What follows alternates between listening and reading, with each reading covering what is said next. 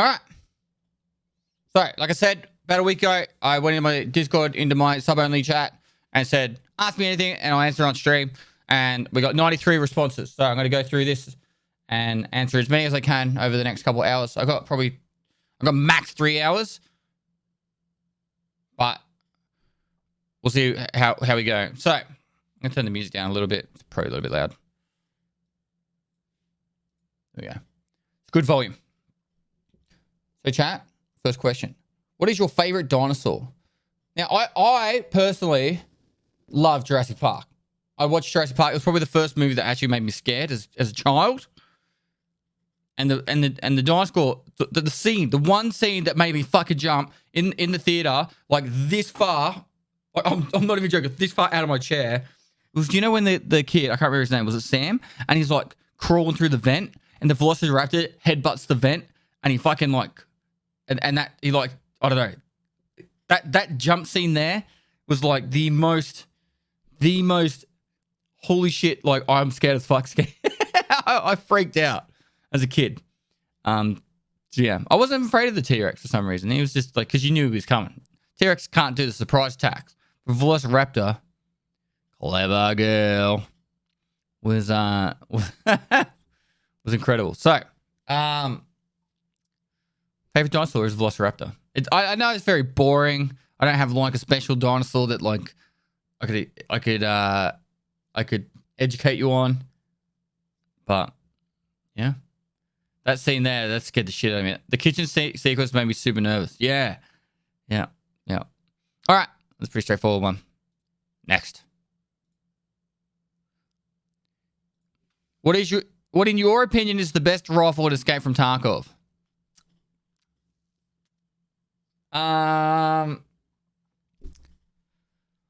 The best rifle, like, so we're talking bolt actions, right? Or do you reckon they're talking about everything? If he's talking about bolt actions, I'd say, in my opinion, I love the M700, but it is probably the best. The best actual gun itself would be the SA58. There is no question about it. It's the highest DPM DPS damage per second. M61 in the SA58 is pretty much a laser beam, and it's so good, but it's very expensive. So for the actual best rifle, as in bolt action, I'd say the M700. Best gun in general would be the SA58, but I would say best bang for buck would probably be somewhere between the ADA or maybe the SKS. Would probably be the best bang for buck. So yeah, I don't know. The answer to this question is whatever you're the best with. Whatever you use the best is what you should use. Because if you use a gun and you always own with it, like you're great with the MP153, you should use the MP153. If you're great with the Vector, you should use the Vector. If you're great with something else, you should use whatever that is, right? Do you use anything to practice your aim, or is it all just from playing a lot of FPS games? So when I started playing Half-Life Deathmatch as like, that was like my first game that I really played really competitively. I was top 10 in Australia for a long time, and I played it a lot. Like we're talking, I'd finished school and I'd play it till I went to bed, and I did that every day and all weekend with my mates. And we had LAN parties all the time, and it was just, that's all we ever did. So that's where I got a lot of my aim from. It was a big thing. And then I moved into Counter-Strike, and I probably would have been very competitive in the Counter-Strike scene. This was before esports though, for Counter-Strike. And I can't find them. They're at my mum's somewhere. I have medals for winning Counter-Strike LANs. And I was like 16 years old. The one LAN that I won, the prize wasn't money. It was, you got to smash an old CRT monitor with a sledgehammer. So there was no way you'd be able to do that today. Like the OHS side of it would be insane. Like there was no like safety glasses or anything. We just went outside outside the actual hall that the LAN was. They got a big sledgehammer and a big old CRT monitor, and it was like, and they made the bassiest noise. If you ever get to do it, like if you ever find one, it's destruction of property, but like it's a lot of fun, and it makes the bassiest noise. It's like a big subwoofer. So a lot of fun. But That's where I got a lot of my aim from. And after Counter-Strike, World of Warcraft came out, and then I played World of Warcraft heaps. Way too much. World of Warcraft, EVE Online, and Path of Exile, I played them a lot. And I always started getting back into first-person shooter games with CSGO and PUBG. And then, to be honest, I don't think my aim is like amazing. It's good, but it's not amazing. If you do want to get better, there is games out there, like Counter-Strike has like an aim trainer in it, in one of the download things you can do. But there's like aim labs and a heap of other games you can use to practice. I don't understand why people ask what everyone else's sensitivity is. You should really just try and work that out for yourself by just practicing and finding out where your sensitivity is and your DPI. Like, I think lower is better generally, but anyone who runs on like a 7,000 DPI with 400 sensitivity is insane. If they're actually good at the game, that's insane. All right. Where do you see yourself in the next 10 years? I would still like to stream, but not nearly as much. I would like to stream if in 10 years' time. I think a good reference point would be like someone like Soda Poppin. I think he kind of streams like every now and then, maybe like 3 or 4 times a month, maybe even like, you know, maybe a little bit more often if the game is kind of interested to him. But I don't think I want to be streaming 200 hours a month and YouTubing like on top of that full time. I actually want to do a lot more travel stuff. So if I could travel the world and make YouTube content for you guys, that would be the dream. And that's possible. If the world can tidy itself up and we can actually go back to traveling again, with like, I'm going to be honest, with the money that I've made from streaming, I could potentially travel for years, literally years. So if I could do that, that'd be great. I'd be 44. So I'd want to have a kid by then. I'm going to be honest. Maybe 2 kids, which means I'm no longer an actual gamer. I'm respawning more gamers for you guys to compete against. And yeah. So I don't know. I'd love to do a lot of travel stuff. I'm still going to be streaming. I don't think I could ever go without streaming now. I think it's just really cool just to be able to talk to you guys, and like, you guys are the reason why I pop in every day and talk. It's fun. I love this stuff.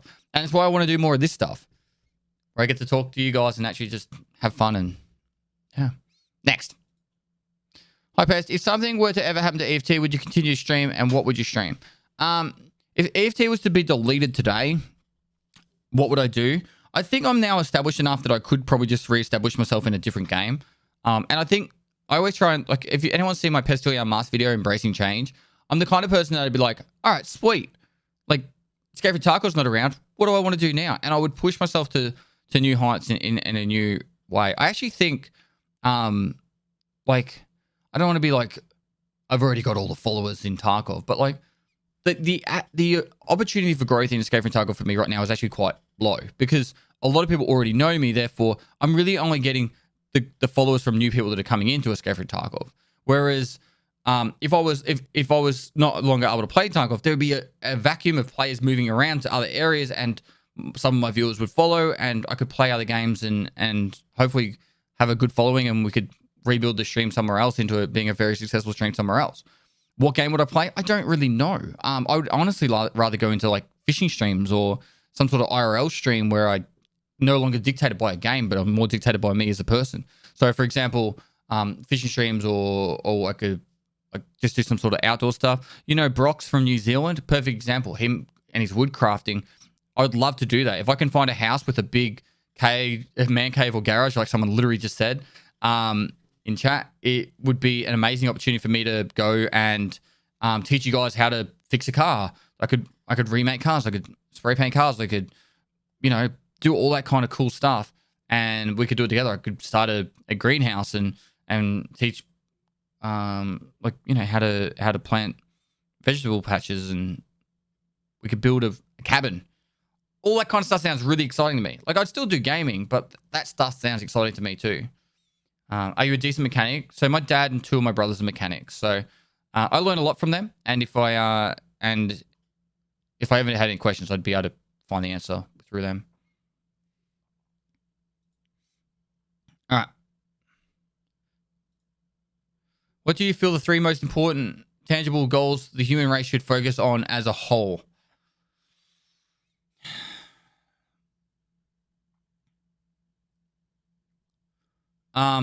We definitely need to solve our we need to fix our impact on the environment.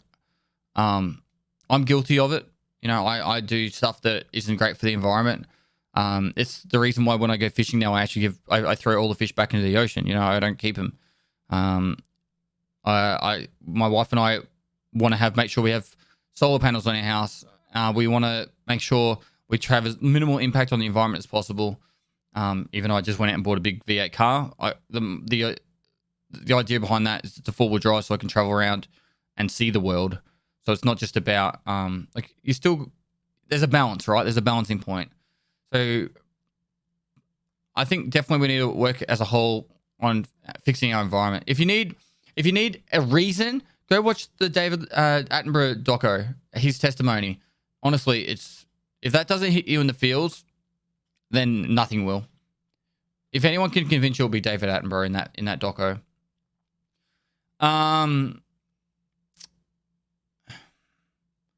I think we also need to work on being nicer to each other. I think the human race is. I don't know if it's always been like this or I'm just imagining it, but I remember back when I was younger, everyone knew their neighbors. I did grow up in a smaller town, but everyone knew their neighbors. Like if someone needed help down the street, we'd go and help them. You know, it was just how I remember growing up. Like you knew the person who lived across the street, down the road a little bit, and everything. And so I kind of think with the internet and with social media and that, we've kind of actually isolated ourselves more than ever. And I really wish that we could actually be more, I don't know, more connected in helping each other. And it's kind of like, as soon as I had the opportunity to give back, my dream from this stream is if I can help give back to the kids and I can give you guys some laughter and some fun, then hopefully you guys can give some laughter and fun to other people, and therefore we are going to better everyone for it. I'm a firm believer in in paying it forward. Right? You don't have to give stuff back to me. Give it to other people and help them out. So that would be number 2. Number 3, 4. Shit. Do I have to have 3? That's such a big question. What do you feel the 3 most important tangible goals the human race should focus on as a whole? Being nicer to each other, the environment, and equality across the board, from people coming from disadvantaged areas to race to... That's coming into it, being nicer to everyone too. They're all kind of... You know what I mean? They're all kind of intertwined. So being nicer to each other and also like helping the disadvantaged, you know, that's it. It just ties in with not being an asshole. Kind of does. Right. I'm new to the stream, so you might have already answered this already. But what regiment you were part of in the military? Did you meet anyone that would be lifelong friends, or not so much? I was in 7 RAR in the Australian Army. It's an infantry battalion. I served in that battalion for about 6.5 years, and then I did a year and a half studying Indonesian and living in Indonesia. So large portion of my military career was in 7 RAR, which was based out of Adelaide. It was based in Darwin. I was part of the move from Darwin to Adelaide. I did make some lifelong friends. Willie Beating Cancer, you might know him from my Instagram, and I've done some stuff with him. He's a good mate of mine that I met in the military. When he first got the battalion, he was 2IC, and we had some fun. It was cool. And then another mate, CC, who I'll be friends with forever. He's got my back no matter what, and I've got his back. So that's how it is. You just make some friends that you know. But that's not just that. Military life won't just do that. Like everywhere, you'll make friends and that. It is harder to make friends when you get older, though. Like, guarantee you that. So that's why I started streaming. How do you send in questions? You can't. This is I put this out to my subs about a week ago. Gave them about 3 days to do it. And we're going to try and get through as many of these questions. And if we get through all these questions, I'll start asking or answering them from chat. How do you keep such a positive mindset when raids go poorly? So this is obviously in reference to Scarecrow Tarkov. I kind of think of it as like every raid is a lesson, and hopefully you can learn from it. If you get a bad run of raids, I always just go with the theory of trying something different. So, for example, if I'm going fully geared and I get smacked for like 3 raids in a row, I'm like, all right, time to do a pistol backpack run, or I'll do a scav run, or I do some, I totally mix it up. Like, you need to think of it like this. If you are going into a raid, say a customs raid, there's 13 players that go in there and you go in solo. That means there's 12 other people that could kill you. Now, obviously, not everyone's going to come out of that raid alive. And if you try and put the math behind it, even if you're really good at the game and you survive like, I don't know, 30 to 50% of your raids, like that's like, you know, a 1 in 3 times you're going to survive, or 1 in 2 at best. Like, it's not a simple thing to have to successfully survive lots of raids in a row. So for every time you survive like 5 raids in a row, there's a good chance you're going to die 10 to 15 in a row. Like, that's just how it is in Tarkov sometimes. So I just kind of understand that Tarkov, not everyone, you're not meant to survive every raid. You're not meant to always have win streaks, and losing streaks are a part of Tarkov too. So yeah, mix it up. If you're going through a bad streak, try doing something different. Do some scav runs. Or if you're getting really there's frustration and there's angry. If you're getting angry, stop playing the game. Load up bloody Teamfight Tactics or Apex Legends or whatever game you've got, Path of Exile, that's a chill game for you. Go play another game for a bit and just relax and just be like, oh, I'll just play it tomorrow. Right? Gaming is meant to be giving you some sort of enjoyment.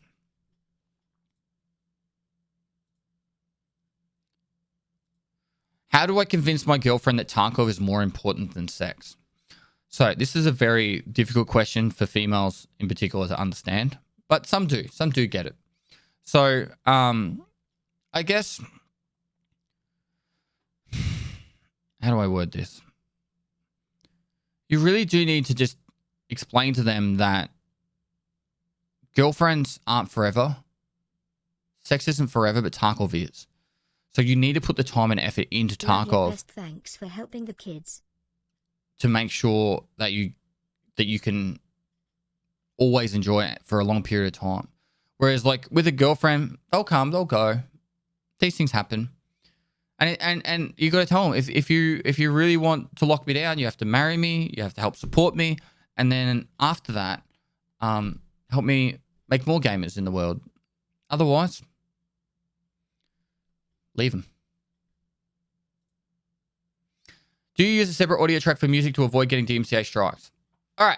So Moist. I don't actually have any music that I'm not allowed to play on my stream. So all the music that I play on my stream is either been artists that have emailed me or publicly said on Twitter that we can use their music. However, I do put my music on a second audio track, so then the VOD doesn't have any mutes in it, and then that way, if people want to watch the VOD, there's no issues there. For YouTube though, obviously none of that music can go on the YouTube videos. Otherwise, the revenue would go to that person. So I don't have any music on my YouTube videos that I don't have permission for, which is usually I use Epidemic Sounds. But yeah, guys, I don't think it's worth fucking around with the whole DMCA side of things. If people want to listen to like dodgy, like not dodgy, but like music that I don't have permission to use, and just say, I'll just put it on my second audio track and not get banned, good luck to them. Like, seriously. And I know some big streamers that do it. Some friends of mine too. It's their livelihood. Like, if this was to get permanently banned, if I was to get permanently banned, I'd like, fuck, all right, go on and mow lawns now or some shit, you know? How has it been working for Twitch under contract? Some YouTubers mention that working for YouTube can suck, but their points of contact are great. Is Twitch similar in that matter? But their points of contact are great. And Twitch seems similar in that matter. I'm trying to understand if he means points of contact as in like the managers of YouTube. I'm guessing. So working under a contract is great because of the fact that I don't have to stress as much about like if something was to physically happen to me or I need to take time off. I wouldn't have to worry about if I was going to make money or not. Like it's a deal that I think most content creators would love to take, given the opportunity, because that way it makes it so you don't have to worry about these kind of things.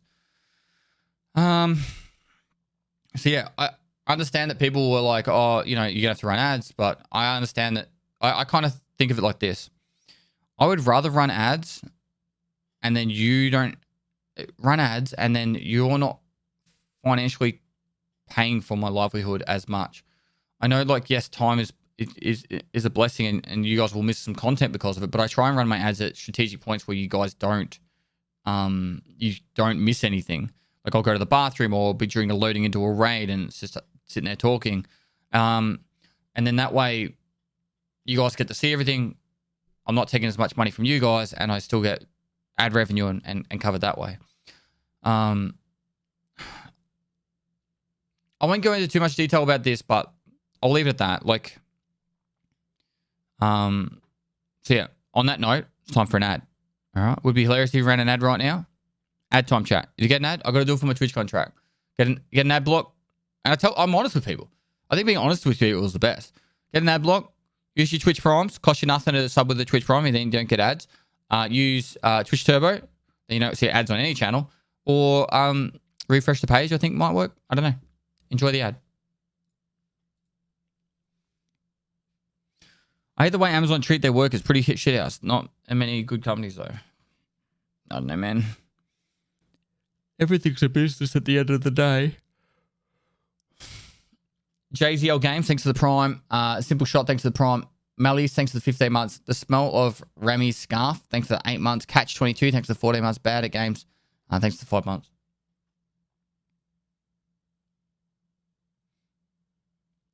You had to be in the Discord. I sometimes talk to people in my sub-only chat. It's generally just accounting chat. But if you... These questions, I posted it in my sub-only channel. Said, here's some questions. Here's a sub-only. Sorry, here's a ask me anything form. Fill it out and I'll read it out on stream. So that's how. To go in the Discord, discord.gg/pestily, and then just got to link your Discord to Twitch, and then you'd have access. Cody Coolis, thanks to the 5 months. Corvus Cornix, thanks to the Prime. Not everyone gets an ad, chat. Not everyone gets an ad. Man, I wanted to enjoy an ad before subbing. Sag.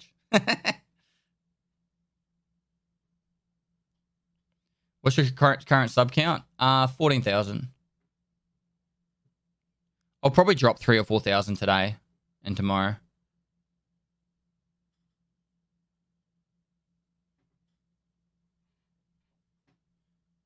A month ago, I did my Punisher tournament, and I got about 4,000 subs, 4,000 Twitch Prime subs. So I'm expecting a fair few of those to drop off. But last month, I only streamed 120 hours. So I was on 16,000 subs at the end of last month, and I streamed 120 hours. So you do the math. That's fucking incredible amount of subs for the amount I streamed. When does your Twitch contract end? I can't disclose that, man. You've been going hard lately, it seems? No, I haven't. In the last 3 months, I've streamed less than, like, any other month, really. And it's not because of burnout, chat. I'm just sorting out my life. Like, I'm trying to find a house to... Like, I want to buy a house for my wife and I to live in. Getting on top of our administration. And last month, I took a bit of time off to spend with my family and my wife. And...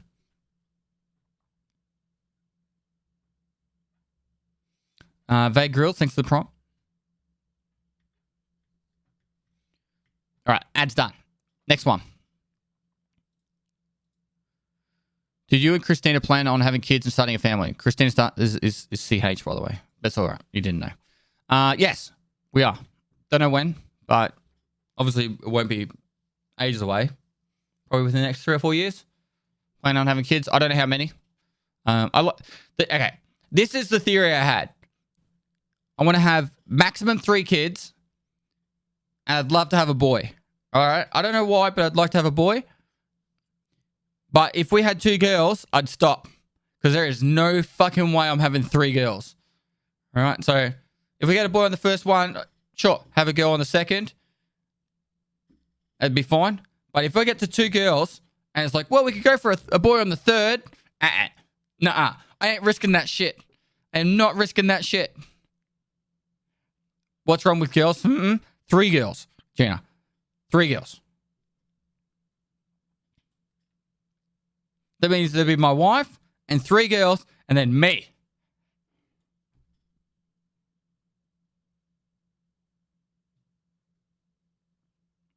I ain't winning any of that.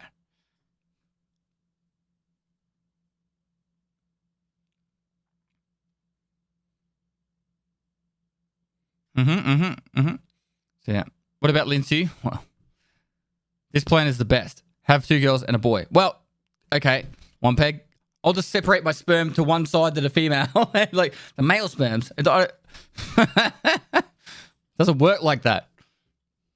It's like rolling the dice.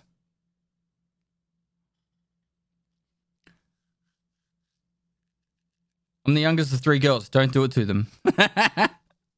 I got 1 boy and 1 girl and a vasectomy scheduled.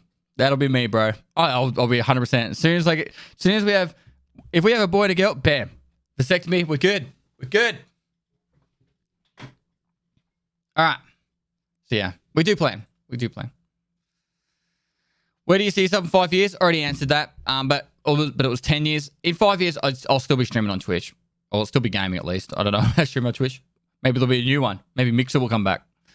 But yeah, I'll 100% definitely be content creating. I would imagine in 5 years, I'll be starting to dial it down, and I'll probably focus more on just travel if we can travel again. But kind of like moving towards the 10-year mark, which is I just want to be doing less streaming and more YouTube and traveling. But we'll see. What's your favorite gaming snack? I like Starburst. I'm a big Starburst fan. But if I have too many, I feel sick.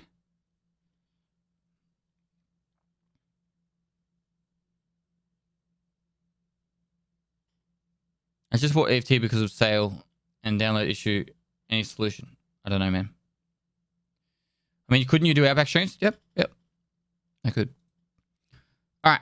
Yeah, I like Starburst. Starburst is my snack of choice. You're the god of the community events. If Escape from Tarkov eventually becomes an open world game, what kinds of events do you think could be possible organizing in Livin? I don't know what that means. In Livin, the Waste of Tarkov. Bonus question. If Escape from Tarkov Arena is released, do you see yourself spending more time there versus open world? Why?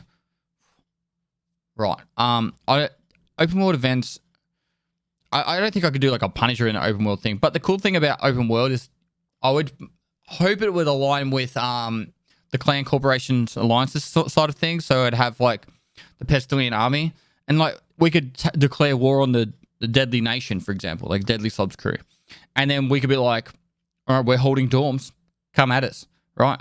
And I could literally sit on a bed in the dorms just talking with people through VoIP chat, and we got every single angle covered by like our 6,000 army. And Deadly Nation would have to try and attack us. I think there's so many cool ideas you could do with that. How it would work, I got no idea. But that would be like a cool idea. Escape from Tarkov was if Escape from Tarkov Arena is released, do you see yourself spending more time in there versus open world? Probably not. My competitive days are over. Like I'll definitely play some Arena and I'll definitely have fun in there, but my competitive days are done. Like I just like having fun. That's it. I just like having fun. So I think Arena will be very much people trying to prove that they're the best of the best of the best. I'll definitely do it. And like I won't be embarrassed to lose. I still think as long as I'm enjoying it, why not? Can someone tell me what the Arena is? It's like a 1v1, 2v2, 3v3, 5v5 like place you can play games. Are you the best player in the world right now? I'm the only 3 times world champion, but I don't think I'm the best. I'm just the person who can perform on the day.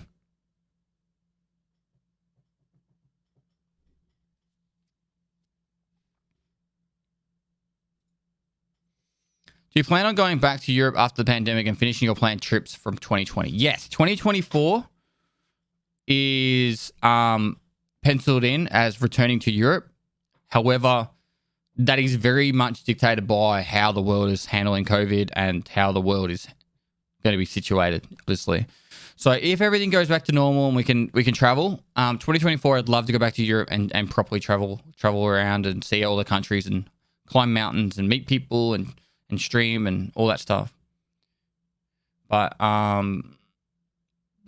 it could be a lot later than that. It could be in 10 years. But we definitely do want to do it again.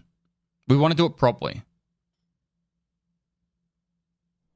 Moist. Hello Pestily, I know emulate and not subscribed, but what's the flower's size? I don't have any flowers. Next question. What should be the number one focus for a new streamer? Discoverability. And oh fuck, there's so much to this question. The number one focus is you need to find what you're good at and then be the best at it, which could take some time. So, for example, if you're really good at teaching people, you need to become the best teacher. If you're really good at killing people, you need to be the best at killing people.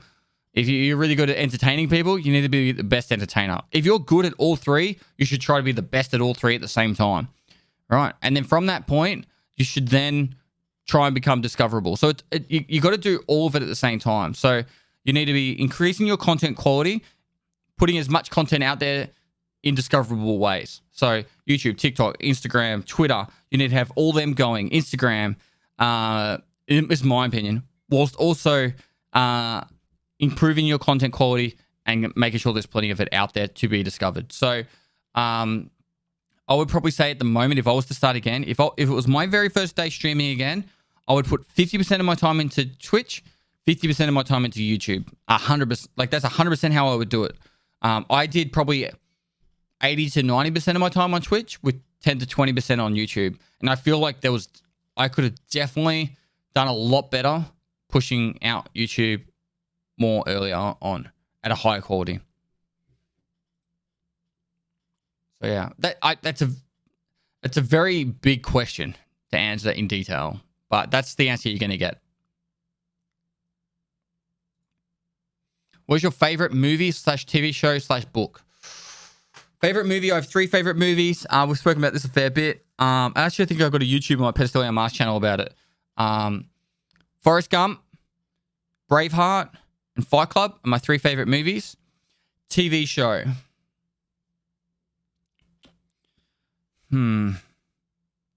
I've watched a lot of TV shows. I can watch Friends anytime. Like I've watched the complete lot of Friends probably 3 to 5 times. Probably Dexter for the first 3-4 seasons of Dexter I've watched a lot, but I haven't watched it. I haven't watched the last seasons a lot. I know after like season 3 it really dies off for me, but I really love that show.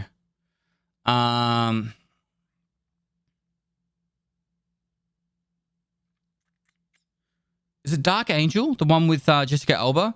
I've watched that one probably like 3 times too, 4 times. They actually made a book. There was like 3 books after it too. I love that show too. I love the concept behind it. It was actually really, really cool show. The TV show Nikita is actually quite good. But yeah, that would be probably for the TV shows. If you haven't seen Dark Angel, you should watch it. It's a little bit dated now, but it's actually quite good. Books, The Ancient Future by Tracy Harding is my favorite book. I think there's about 12 books now in that series, or 15 books. So if you're into fantasy novels, it's kind of aimed at like late teens, I guess. Really good book. My wife has read all of them, and she was really, really happy that I introduced it to her. Really interesting concepts, like it talks about reincarnation and immortality and stuff too. So yeah.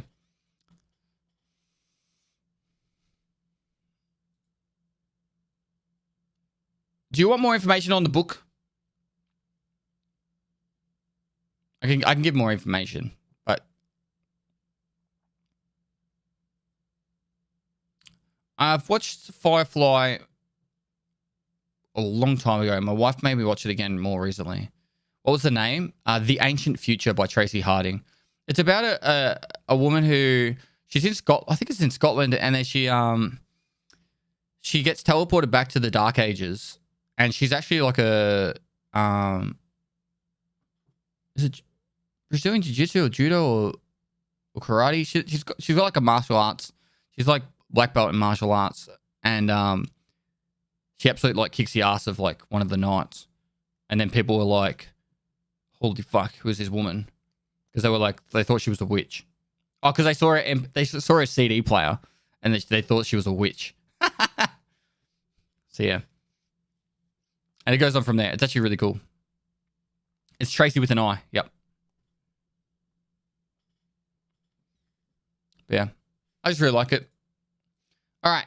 Do you like being a large Twitch streamer, or did you enjoy it more when you had a few hundred followers watching you on Twitch? All right. There's benefits to both. So for me, I think the most enjoyable time streaming on Twitch is probably around the 300 to 2,000 viewer mark, where you can actually have full conversations with your chat and actually learn more about your actual community and your viewers. So like this stream right now, where we've got a lot more people that are actually here for me, is actually really cool, because I actually will learn a lot more about you guys at the same time as me, you guys learning about me. So it's actually really cool around those numbers. However, people do want to get set up, and making a lot of money, as much as it's like, you know, I guess like, I don't want to say people are shunned for making lots of money, but it is good to make a lot of money. So the fact that you could, one, you don't have to worry about like, oh, what if I don't make enough money to pay the bills? And two, like I can set myself up so post streaming, I can actually live life and still, you know, not have to worry about going back to a typical 9 to 5. Like I honestly think I'm going to work as probably like a gardener, and I'm just going to mow lawns. I'm going to buy a tractor and a ride-on mower, and I'm just going to go around and mow people's lawns. I'm not even joking about that. So I just want a job where I don't have to think, and I'll just mow lawn. I'm not going to do anything else. I'm not going to do weeding, edging, or anything like that. I'm literally just going to mow fucking lawns. And yeah, so I think there's benefits to both. There's benefits to both. But I don't want to say that I would not want to sit around the 200 viewership for a long time. I think it would be really stressful. I think it would be like, it's stressful for me, and I have a very large audience to be able to constantly bring out good quality content consistently for you guys, and that's stress to me. But having that stress on top of also not being able to pay the bills, or stress that you're not going to have enough subs, that would be really, really bad for your mental health. And I know a lot of streamers go through a lot of issues with burning out and stuff like that. And it would be really difficult to sit in that area for a long period of time and to try and do it full time. What is your biggest goals for 2021, 2022? Interesting. I actually didn't really set many goals for this year. I wanted to hit 1 million subs on YouTube and 1 million followers on Twitch. I think that's pretty much it. And to get all my socials verified, which I think I've got nearly all the socials verified now. Instagram just got verified. Twitter got verified. We're 108,500 from 1 million on Twitch. And we've got 500,000 subs to go on YouTube. It's not like a big... It's not... Oh, I got TikTok to get verified too. It's not like a big goal, but I think goals can be good and bad at the same time. I actually really want to just focus on enjoying my content as much as possible. And that's probably my biggest goal for 2021, 2022. Just focus on enjoying my content as much as possible, and I guess like really trying to connect with my audience. And that's why you're actually seeing me do more stuff like this, the Pestilent Unmasked channel. What else? Like, I'm going to play a little bit of different games, nostalgic games like Age of Empires 2 is a perfect example, and stuff like that. So, anyone wondering how to ask a question? Unfortunately, the questions are closed. I've got 93 to get through. And I had a form opened on Discord for people to ask questions. So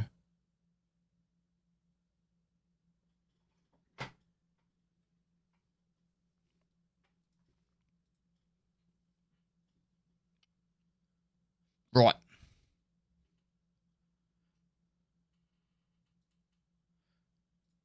If you had to be a pie based on your personality, what kind of pie would you be?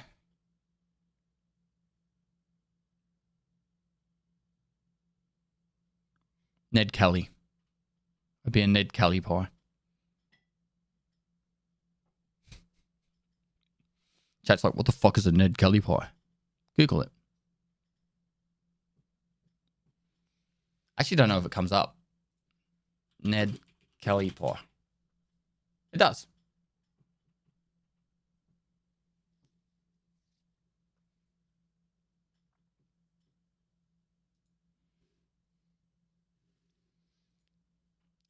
The recipe is 1 teaspoon of salt, 1 free-range egg, lightly beaten, 2 tablespoons of wine vinegar, 3 eggs, 3 rashers of bacon, 1 onion finely chopped, 1 cup of water, 1 beef stock. There's more to it. I don't know. It's like a bacon and egg pie, I guess. Kind of like a quiche. 8. It's fucking delicious.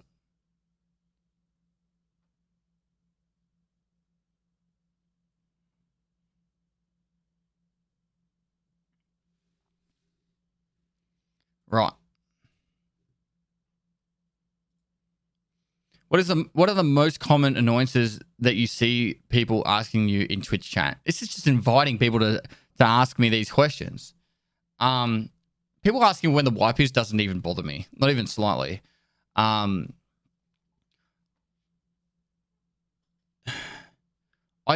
It's not really. What are the most common annoyances that you see people asking you? They're not really asking me. The most common annoyances is people judging people by their appearance, and it doesn't even have to be in my chat. If you're not going to say something nice about someone's appearance, you shouldn't say anything at all. That's the only thing that pisses me off about Twitch chats. My community is pretty good with it, but I just think it's really, really disrespectful. Even if you mean the right intentions by it too. Like you're worried about someone's health or something. Like DM them. Like if you're really worried about someone's health, send them a DM. But if you're in the chat saying, you look like shit today, you look tired, you look haggard, that's fucking rude.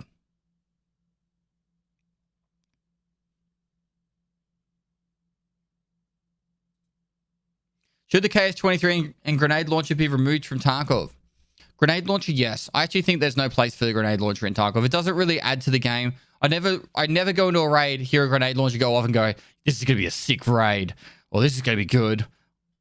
Even when I take it in myself, I don't even feel good for doing it.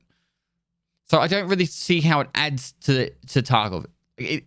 I understand Nikita wants it to be cool and all that kind of stuff, but it doesn't really add anything. The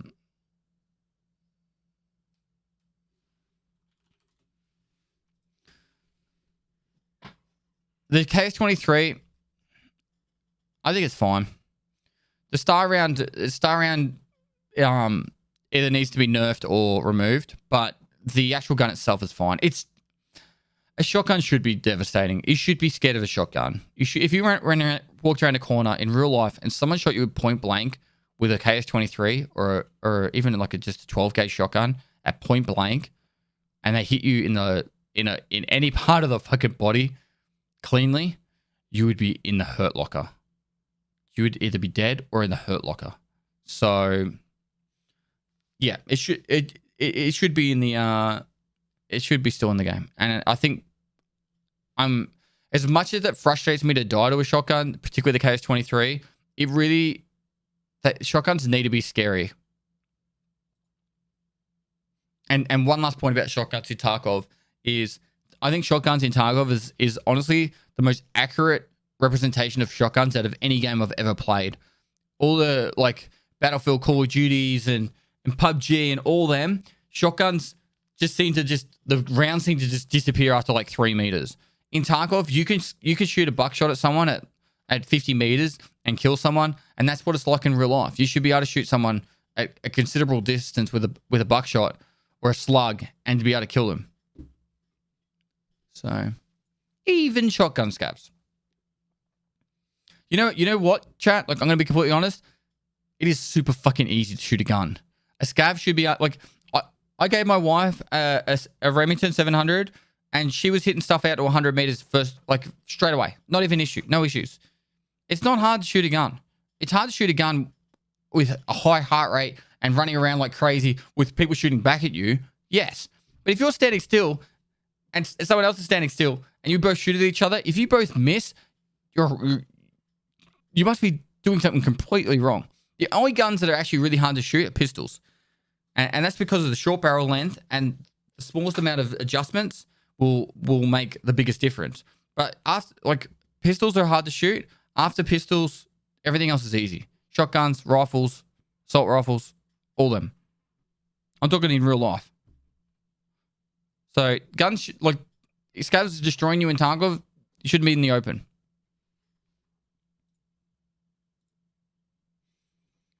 Who's your personal favorite Twitch streamer and Tarkov Twitch streamer? My personal favorite Twitch streamer. I watch 3. I don't really watch streams much anymore, but my 3 streams that I usually do watch is Sayanoe. She's a musician. She streams EU time, so it's late night for me. So I don't really watch her stream anymore, but she does really cool music streams. Nathan Cavallari, his music streams are amazing, and Kiki on Sunday nights for confessions. If you want to check out streams, those 3, go check them out. For Tarkov Twitch streamers, the only Tarkov streamer I used to actually watch, like actively watch, was Anton. And he's taking a break, so Anton's probably the only one that I actually would go out of my way to watch. Besides that, look, there's heaps of great streamers out there, but the answer is, who's my personal favorites? I don't know. Not for Tarkov. I don't, because most of the time I watch streams for background noise and music. And so for me, that's what I go to Twitch for. Everyone has their reasons why they go to Twitch. Sometimes it's banter, sometimes it's education, sometimes it's, I don't know, eye candy, who knows. But everyone's got their own reason. For me, it's more of just background noise while I'm doing other stuff. So that's why musicians are really cool. People that tell really good stories, or there's good conversation. So yeah, that's it for me. Next. What's the most fun you've had with a duo partner in Tarkov? Ooh. It would be a coin flip between probably Swagger Souls and Aqua FPS. Hi Pest. Peepo hey. Both of them have been so enjoyable to play with, because it doesn't even become like about playing Tarkov. It's just about the fun and laughter. I would have to say notable mentions right here. Quattro Ace, doing duos with Quattro Ace when I don't speak Russian and he doesn't speak English was heaps of fun. When I was living in Europe, it was so much fun trying to, like, chista, which means clear. And what was ready? I can't remember. But that was the only 2 words I remembered. I said, what's clear? And Gatov. That's it, Gatov. So I remember how to say ready and clear. And then that's it. We played. That was really fun. And Deadly Slob is always fun to when I play duos with Deadly Slob, it's like a podcast. We're just talking about life and the universe, and it's just heaps of fun. So all of them are great, but most fun would be either Swagger Souls or Aqua, I'd imagine.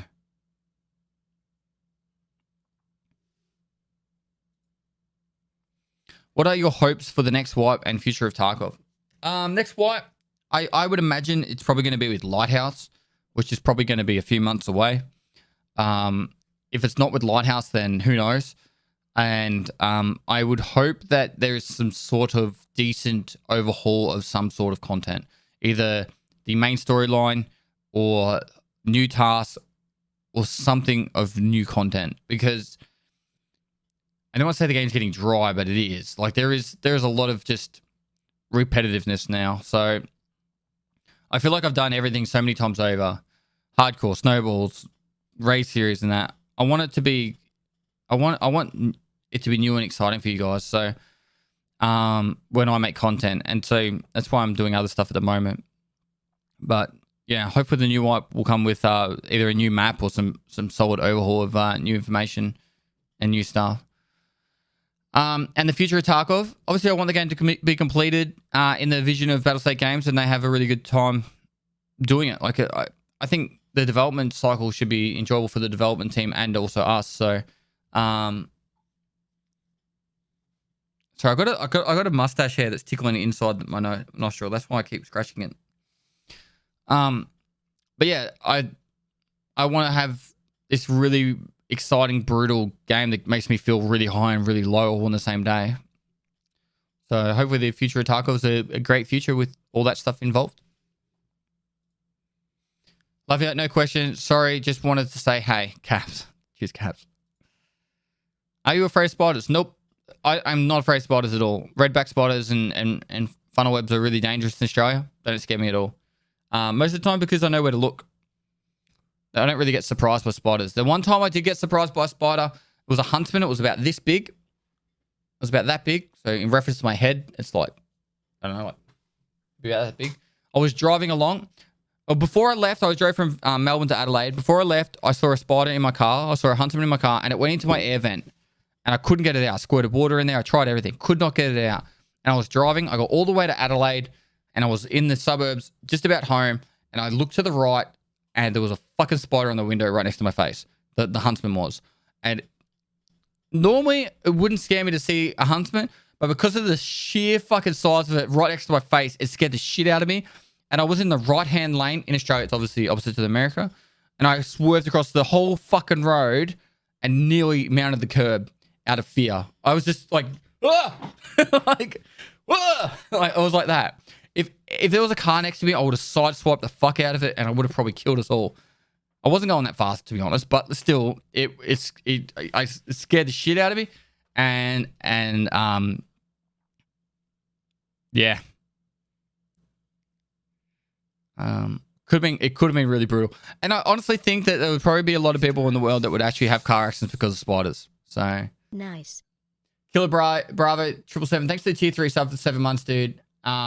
Get some more YouTube for that tier 3 sub right there. Really do appreciate it. Tofi, thanks for 15 for the kids. You seem like such a down-to-earth guy and genuine guy. If you could ban 2 guns from the game, which would they be? And also love onions and vinegar together. Thanks for 15 for the kids, dude. These questions are from the subs. I don't want to try and people find other ways to ask me questions, all right? So, I'd ban the grenade launcher, all right? Stop with that chat.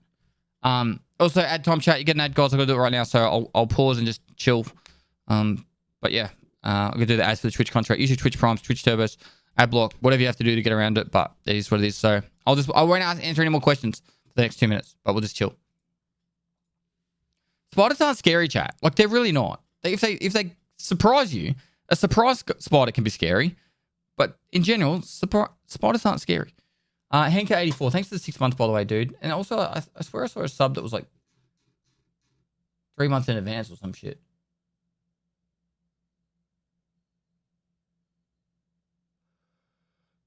I hurt way off. My 12 months got skipped. Historic. Thanks for 12 months, dude. 1 year. Happy to be here. Have a good one as always. Thanks so much, dude. Sorry, I missed it, man. Apologies. Toxic Piranha, thanks for the 2 months, dude. Distinctly average guy, thanks for the 12 months. Silence for 86, thanks for 8 months. Little Wise, thanks for 5 months. The Vids, thanks for the Prime. Just Menace, thanks for 2 months.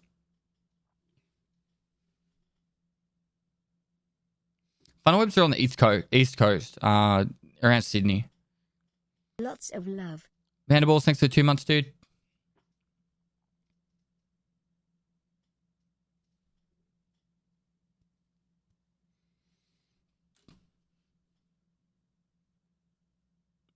That guy asked the same questions before. Where is it? Duck Average? Duck Avenger? Where is that guy? What's his name? Nightwolf.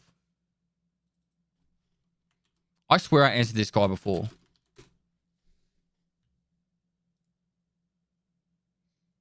No, there was another guy asked the exact same question.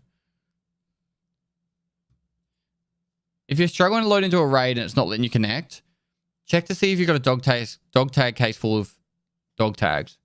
If you do, empty it. That's probably the reason. All right. Ads should be over. We'll start with the next question.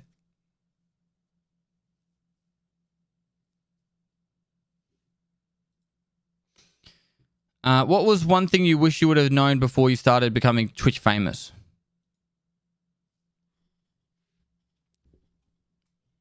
How much people should be paid? The one thing that's really secretive between streamers is how much people get paid.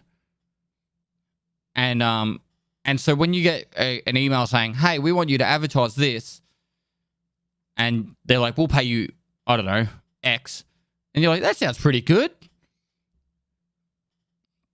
I'll tell you, I won't say what game it was, but my very first sponsored stream, they said, "Oh, we want you to play this game.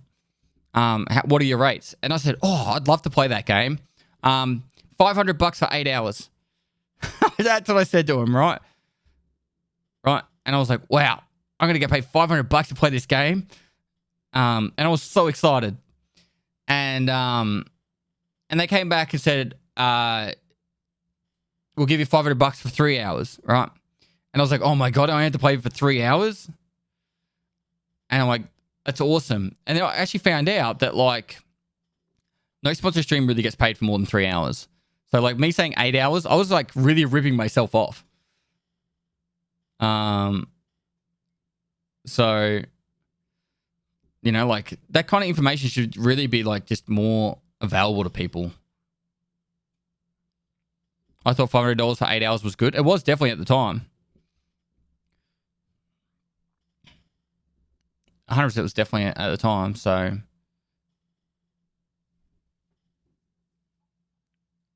Fucking mustache hair. Let me get the trimmer out. What are the rates now? Much, much, much more. I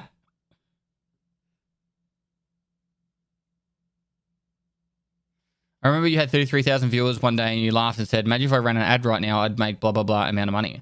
Yeah, so I was under the impression that if you ran an ad, say you had 1,000 viewers, you ran a 2-minute ad, you'd probably make about, I think it's $10. Yeah, it'd be $10, right? So if you had 10,000 viewers, it'd be $100. If you had 50,000 viewers, it'd be $500, right? It's not that much, but like, if you do a 48-hour stream and you've got 230,000 viewers, and you're running, you know, 4 to 6 minutes an hour, wow, it adds up. Trust me, fucking adds up. Adds more quantity over quality for dollars. It's quantity, and the quality is where the viewer's from.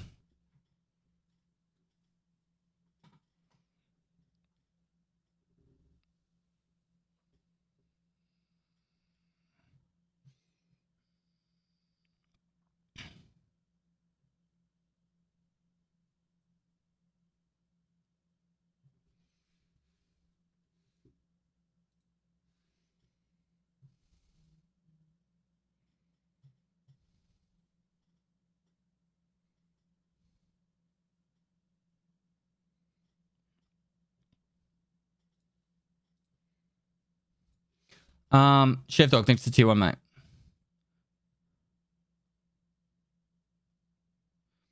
I was able to hear your response to my question since I had it.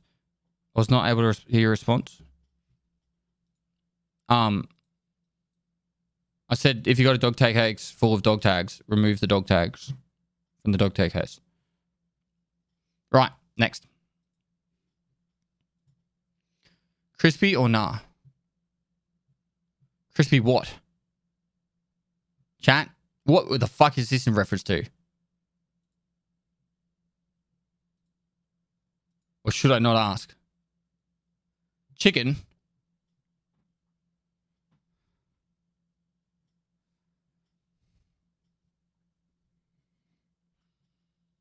What's the other option besides crispy? Pestily love, hope you have an amazing day. Bacon? Beer?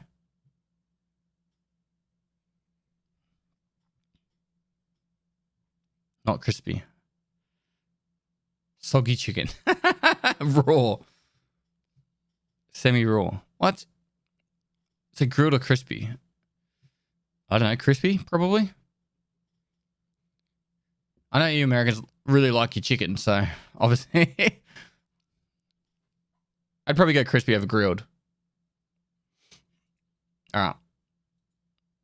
If you had a chance to fix one thing in your life, what would it be and why? My APT, anterior pelvic tilt, which is and my shoulders. My APT and my shoulders. My shoulders are probably first, and then my anterior pelvic tilt, which is a posture thing. So I can actually fix it. It is possible. I just need to get a physio to work with me over a period of time. But it's made worse by sitting down a lot, and I sit down a lot. So that would be it. Anterior pelvic tilt's where your pelvis tilts forward more, and then you arch your back, and it actually makes you look really overweight. It's just stand up desk. I've got one. I just only use it when I do long streams. It's hard to play Tarkov standing up for a long period of time, so I usually can only do it for about an hour. All right, that was what I get fixed though, and my shoulders because they're fucked from the army.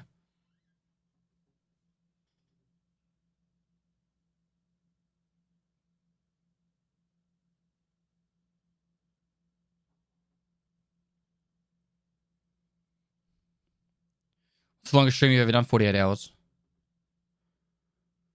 All right, next. Hey Paul, how's everything at home with that weird schedule being based Australia based with the large NA-EU fan base? It's good.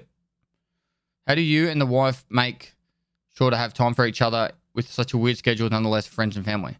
Well, friends and family have always been neglected since I've been streaming because of just how many hours I put into my stream and YouTube. So I try my best to just make sure I make it to the main events. But I kind of see it as you got to work hard to build it up initially, and then no, I didn't. It's all right. But yeah, the way I see it is once you get established enough, you can take time to spend time with friends and family. So that's what I'll be working on more this year, of course. Which my mum's visiting right now. She just literally walked in. But the actual spending time with my wife's easy because I stream from 4 a.m. till lunchtime. My wife gets up at 8 a.m. and she'll work until probably about 2 o'clock. And then after 2 o'clock, I get to spend time with my wife. So, yeah, it's usually pretty good. I get to spend time with my wife every day. And then I usually do any YouTube stuff in the evenings because particularly like the raid series, I want to film during the peak hour times. So I usually film that between like 5 p.m. and 8 p.m., 9 p.m. And I usually in bed by 10 o'clock at night. So it's not too difficult though. Largest fish you ever caught? I caught like a 52 centimeter King George whiting. I'm not like a big like fisherman. Like I love fishing, but I'm not like an experienced hardcore fisherman. I just like fishing. So for me, I usually target King George whiting, flathead, garfish, and squid. So caught some pretty monster squid, and King George whiting 52. I think is the biggest I've ever got. How much wood could a woodchuck chuck if a woodchuck could chuck wood? Yes. If you are in the act of using a key, shouldn't there be a chance to drop that key? Maybe the chance drop depends on the rarity of the key. No, I don't think this would actually be good. I don't think this would actually be a good idea. I think just to add durability to the keys, and then that would be good enough. Because if you had a chance to drop it, and all it's going to promote is people camping doors. Like people will just camp the keyboard door, the marked room doors, the red keycard doors. Like they'll just find weird angles to camp doors, and it just won't add anything to the game. Whereas add durability to the keys, and then and I'm not talking like 5 users. I'm talking any of the really high tier loot rooms. Keep it like the marked room key, which is 25, and every other key just make it 50. Done. And then keys will all hold some sort of value. Because right now, a key early wipe is worth like 5 million rubles. And then at this stage of the wipe, every single key in the game besides the lab keys are pretty much cost value. Like the price you would sell it to therapists is how much you could sell it to the flea market for. Sell it on the flea market for. Which kind of means there's no real, there's no real, I don't know what the word is, but there's no diminishing, there's no removal of the keys, therefore they don't really hold value. Demand. Yeah. Value sustainability. There's the one. There's no value sustainability. How long do you think streaming will last as a career? Do you see yourself streaming in 10 to 15 years? I answered this question already, but if anyone is later to this, I still think for the next 5 years, I'll still be streaming quite a lot, similar to what I'm doing now. And then after that, by say about the 10-year mark, I'll probably want to drop down to maybe 5 to 10 days a month where I just stream just to say g'day and hang out and we talk more and we just, if anyone still wants to know what's been going on. But I actually want to focus more on YouTube later on and more travel. So, yeah. Scriptus, thanks for the 20 gifted subs. It's very, very generous of you, man. Appreciate it. Right. Do you think Twitch will be your final career? Is there anything out after that? YouTube. I want to be vlogging and traveling and sharing those experiences with you guys. And then I'll probably become a lawnmower mower dude. Mowing lawns. Not doing anything else though. Just the lawns. I'm not. If anyone brings a fucking, what do you guys call whippersnippers in America? You know the thing that's like a big long pole and it's got the thing that spins around at the end? You call them the same? Weed whacker. If I have to use a fucking weed whacker ever again in my life, I'm going to just fucking Spartan kick it off a cliff. I hate weed whackers. I hate strimmers. I hate whippersnippers. I fucking hate them. They are the worst. Immanuel the chubby hubby. I love Tarkov because you man. LV30 soon and getting better at PvP. Keep it up. Nice, dude. Thanks 1,000 bits, dude. And great work. Why do I hate them? They either don't start, the fucking the wire thing or whatever you call it gets jammed all the time, has so many issues. Oh my god, they're never just like, the only time you ever get it and it works well is the very first time. Every time after that, it's just shit. Like, oh, this is gonna be good. I got a brand new one. It's gonna work really well for me. And then shit.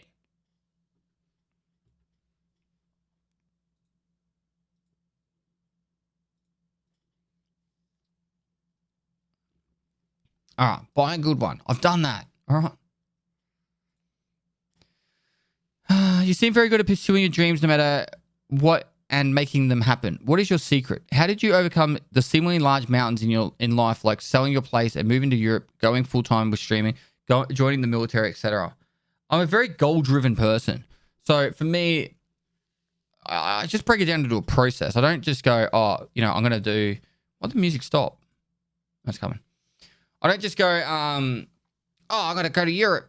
Like, it's a process. It's a matter of like, I have to figure out what stages and what things have to happen to get it to happen. So I'll speak to people that either know about it and I'll work it all out. But I think it's I've always felt like I've wanted to live my life how I've wanted to live it. I haven't been a very big advocate of like following other people or following the herd. If I was like, can't wait for the hot tub stream. If I was an antelope, I would have been eaten by a tiger or a lion. Like, it'd be a lion for antelope. I would have been eaten by a lion like a long time, like straight away. Like, I'm like, hey, everyone's going over there, but I want to go over here. What's over here? And I'd be dead. So like, for me, it's like I just kind of like living how I want to live. And I should be doing it my way as best as I can. I don't want to be like rude to people that have families that are very like, you need to follow the family tradition, but if my family was like, you have to do this and you have to do this, I'd be like, no. You know, like, it's not what I want to do. This is my life. You only get one shot, guys. Embrace it. Live it.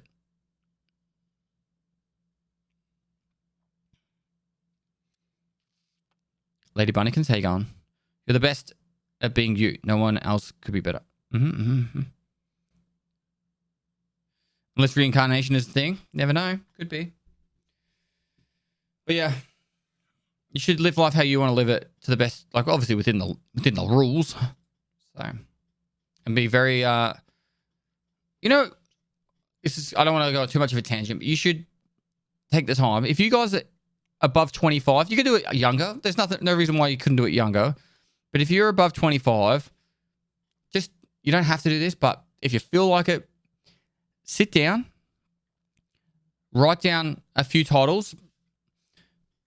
Let's go with like family or like I don't know, like let's call it like relationship. We'll call it relationship, adventure, career, and let's say milestones. All right. And write a bucket list and write as many things under each of those titles as possible. Right? Write all the things in life you want to achieve in those titles. Could be money, could be like adventure stuff, family stuff, all that kind of stuff. And then start fucking doing those things. Start everything you plan in your life. Start doing it and progressing towards that list, because that is the stuff you want to do in your life. You don't. Why do other stuff if that's not what you want to do? Do the stuff on that list, or do stuff that's going to get it so you can do the stuff on that list. All right. I know it's a bit of a tangent, but honestly, guys, I did that like about 6 years ago, and I've been really working towards it. I need to find that list. I'm actually going to share it with you guys. All right, next. What keeps you going? What makes your life content? It's very similar to the last question, but I actually want to do all the things I want to do in life. I want to travel. I want to see things. If I could see anything, it'd be about learning cultures and learning a lot of people, learning about a lot of people's ways of life and embracing life in itself. So that's what keeps me going.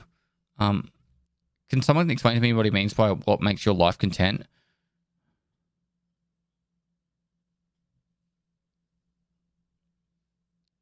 Like, what makes me happy? What makes you happy in life? Doing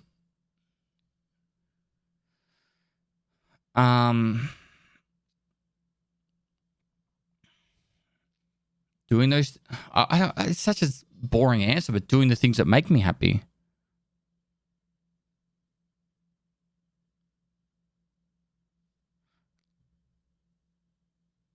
Like doing those things on that list that I was talking about, or going, or I'm not a money-driven person. I don't know, like if you guys have noticed that or not, but I'm not like overly a money-driven person. I'm a goal and achievement-driven person. So, well, some people are like, I want to make so much money. Like I'm like, I want to do all these cool things. So for me, it's travel, meeting people,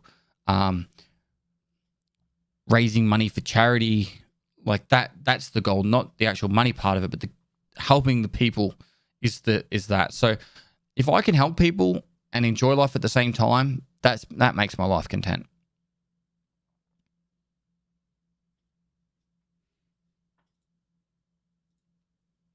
What are the things you're most looking forward to currently? My Nana's 90th birthday party. I think that's going to be really cool. I'm going to see a heap of family and see my Nana. My Nana helped raise me, so she's a very, very important person to me.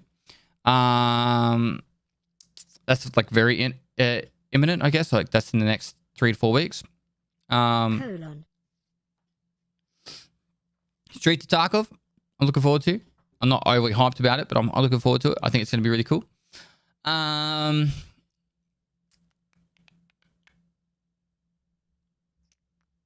If you asked me this like 3 weeks ago, I would have said my car. I don't know. I try to look forward to each day. Spending time with my wife. about it. I'm not like I don't know. I don't really have a lot for this answer. I'm sorry. I got a couple of career stuff I'm looking forward to, like some things I'm going to be releasing to you guys in the next probably 3 to 6 months that I'm excited to share with you. But that's it. Any desire to want to come to the States? Yeah, when COVID, I want to travel. I want to go everywhere, not just the States though. But once the world's a bit more stable. What do you think is the hardest thing you ever did and got through? I think my recon course is probably one of the most physically difficult things I ever did in my life.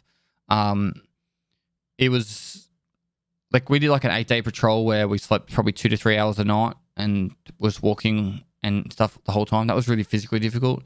But I don't know. 48-hour stream was quite hard. It felt good at some points, and there was some times I was like, "Fuck this!" Like it was quite brutal. I wish I had a better answer to this.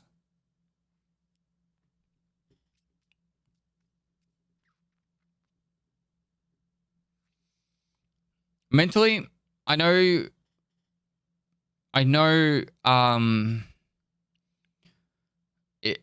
This is a difficult one for everyone, but last year was actually really difficult for me mentally, not because of anything like that most people would complain about, but I guess, and I explained this on my Pestillion Mask video. I think it was my very first video, and I spoke about how you're the man pest. Leaving Europe for me was a really difficult time because it felt like I failed a lifelong goal.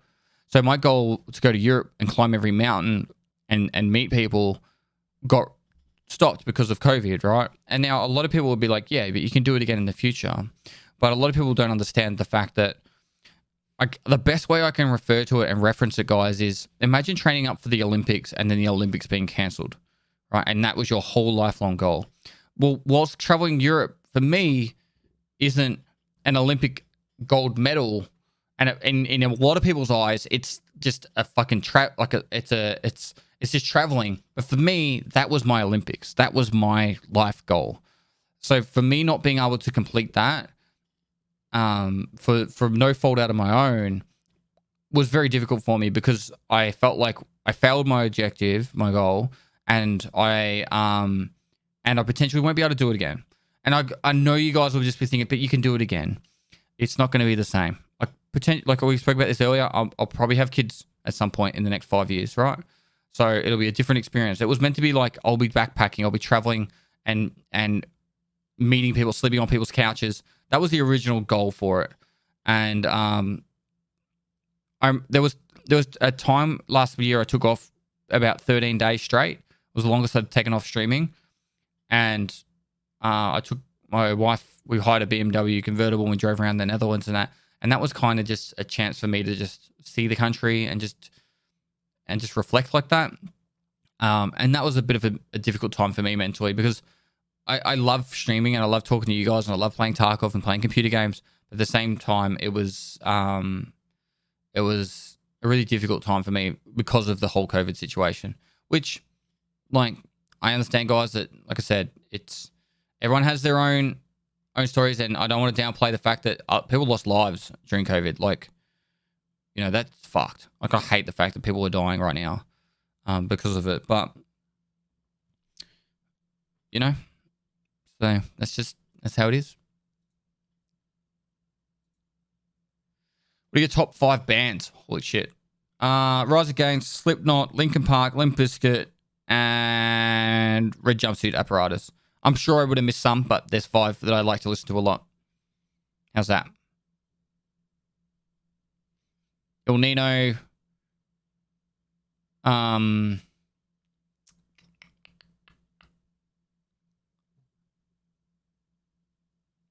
should be good. That should be some good bands for you guys to check out if you haven't heard of them.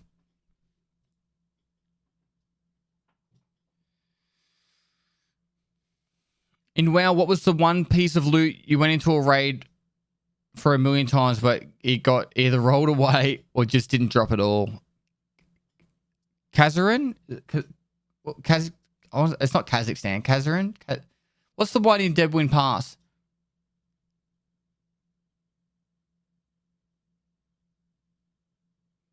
Karazhan.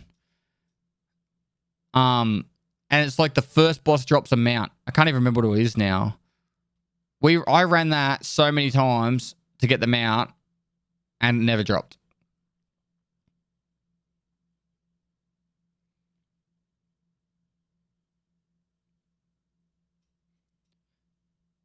I think it was an undead horse. I can't remember. There was a boss in Karazhan that I ran. We're talking this is like 12, 13 years ago now. During the Burning Crusade. Yeah, it was midnight.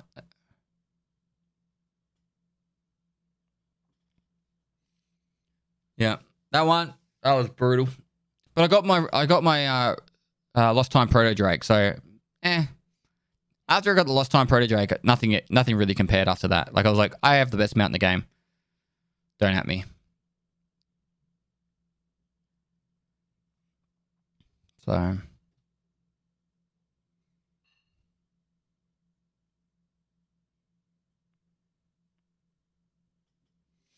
right. Why did you choose the Plague Mask as your channel logo? Pestilence. So Pestilence based around Pestilence. So therefore, Pestilence. The Plague Mask was kind of perfect because Pestilence is like one of the 4 horsemen, a bringer of like plague, disease, and that. So I played the long game. I was like, you know what? Maybe in about 2 or 3 years' time, there'll be a massive pandemic, and if I've got a Plague Mask as a logo, it'll fit perfectly in sync with the actual pandemic going on. So we'll do Plague Mask, Pestilence, Pestily. It's gonna be great. It's gonna be all, and I can sell Plague Masks and for everyone in time for the actual pandemic. So a little bit short with the Plague Mask thing, but hey. Also, can you put a shoe on your head? No, I don't own any shoes. I don't leave the house. What is your favorite alcoholic beverage? Kraken. I love my spiced rum Kraken. I am fond of Jameson, but I kind of can't drink it anymore because it always makes me black out. And 150 Lashes by James Squire. It's an Australian beer. They're my go-to poisons.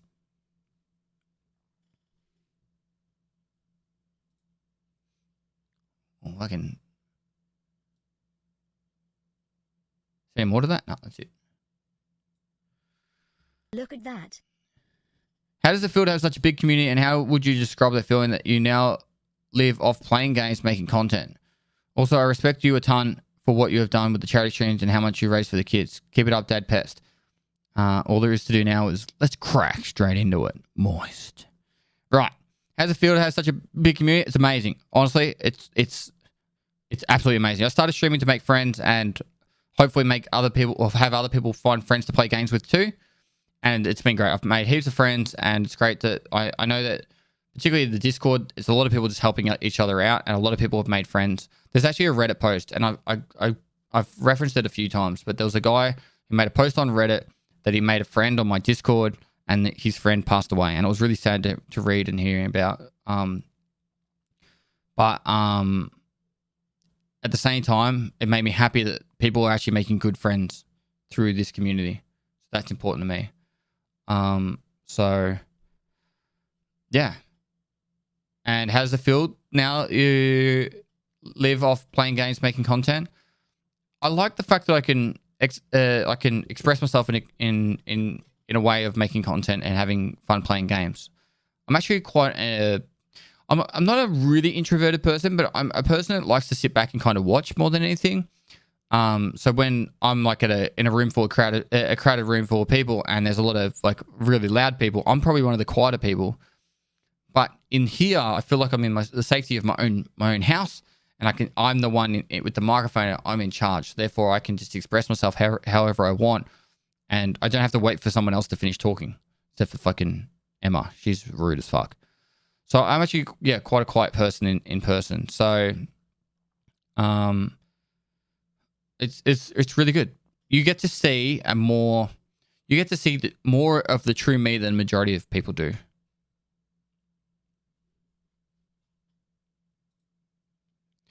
How was the Netherlands? Minus COVID, of course. And are you planning to go back to Europe anytime soon? 2024, just to go back. We've spoken about this a bit, but how was the Netherlands? Loved it. People all speak English. Every time I went somewhere, I was like, do you speak English? And they're like, of course. Like, they were like offended that I asked them. It was kind of cool. And everyone spoke English. They were really nice. And the food was really fresh. I love the fact that they were so advanced with their eco-friendly technology. And it was just really awesome how green they were with everything. Wind turbines everywhere, and it was just really cool to see as a country. And really lovely people. It was bloody cold a lot of the year. Made it quite difficult to do much, besides COVID, of course. And yeah, they were really friendly people, honestly.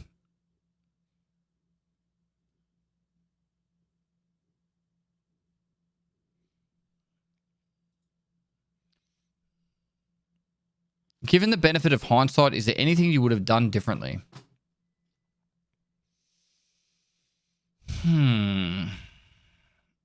Not really. I think what we do is defines us as people. So therefore, if something had been done differently, I wouldn't be the person I am today. I know a lot of people right now in chat are saying stairs, and I get that. But also now I'm more cautious around staircases. So maybe next time I'm going to be a little bit slower down the staircase, and I'm not going to run. I'm going to hold onto the handrail.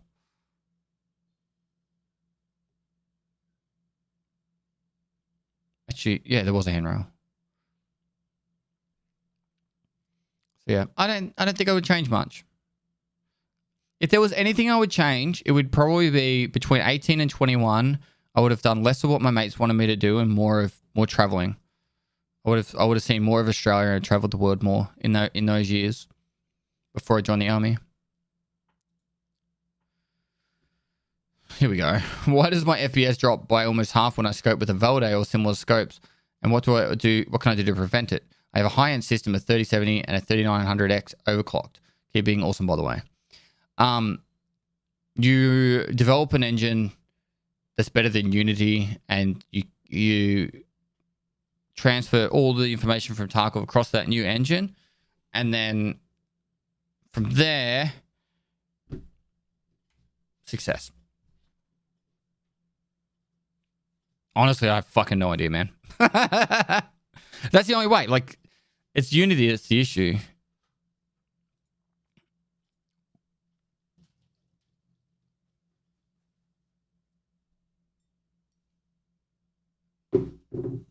Thanks, Paul.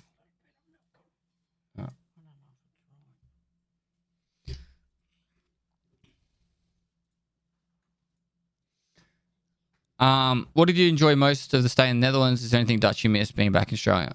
Is there anything Dutch that I missed being back in Australia?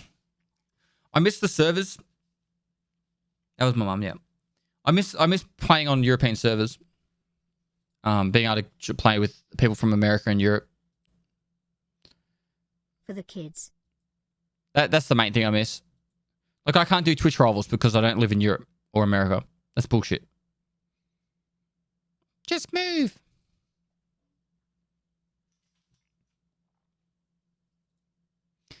I'm a small content creator on Twitch with a small but amazing following. What advice would you give us smaller guys to expand our audiences? You definitely need to either develop content on a different platform that will help bolster both that platform and your growth on Twitch. No, I would have never been as successful on Twitch without YouTube. Would not at all. So YouTube for me, it could be TikTok for you, it could be anything. Instagram, Twitter, whatever the next program that's going to come out. Those are the things that you need to do to help increase your discoverability, because I don't like the fact that people say Twitch is not a discoverable platform, because it is. It's just not discoverable for the lower number of viewers, right? You got to think of it like this. Twitch is a business, right? What do you think a business wants is money. Who's going to make them the most amount of money, right? It's the streamers that are the best streamers. So what are they going to do? They're going to put their best streamers in front of as many people as possible. So when you open the front page, right, the streamers that have the most amount of minutes watched or the most amount of viewers are the ones that are going to get pushed in front of the audiences. If they put a streamer on the front page that has one viewer and he's sitting there and he's got music playing and he's not even talking to anyone and his stream's blurry and the quality's not there and it's not even entertaining, and a new viewer comes to Twitch, they're like, oh, I want to check out Twitch TV. They go Twitch TV and his stream pops up, right? And then they go click on his stream and they're like, this is boring, and they leave. So Twitch is deliberately designed to keep people on the website as much as possible, and that's why they push the more entertaining, more larger viewer numbers out to the wider audience. So you need to try and make it so you are the most entertaining streamer with the best chance of being seen, and when you are seen, you hold people there for as long as possible. So increase your quality of content and put your content out to as many platforms as possible, increasing that quality, and then hopefully over time you'll keep expanding and growing your audience. It's kind of like a snowball effect, but it is hard work and it's not easy. It is definitely not easy. Can I be a mod, please? Yes. Just send me a message and I'll mod you. Have you had any experience with mental illness yourself or family, friends or family? Look, I kind of feel like I am personally a pretty good mentally sound kind of person. So like I've obviously had dark times and times that haven't been great. But I've never felt like self-harm or anything like that. Hey Pest, the beard looks great, mate. Thanks, dude. Keep up the good work, you sexy beast. For friends and family, my best mate took his own life when I was 22 years old, and my nephew took his own life when he was 17. So, sorry, he was 18. So, yeah, I've had pretty close people to me take their own lives, and it's not an easy thing. And I don't think it's something we should hide. We should definitely be more open and talking about our mental state and mental well-being. And I think this community is pretty good for it. I get a lot of messages every single day. Literally every single day I get a message about someone who's gone through some tough times, and then the stream or the community have helped them. And I'm glad. But it's also important that if you are going through a tough time, you speak to someone who's either really close to you as a family member or friend, and or a professional, because that's important, because it's not easy. My mate who took his own life, right? We all thought he was on the mend. We actually, like, he from all sights and that, it looked like he was really good.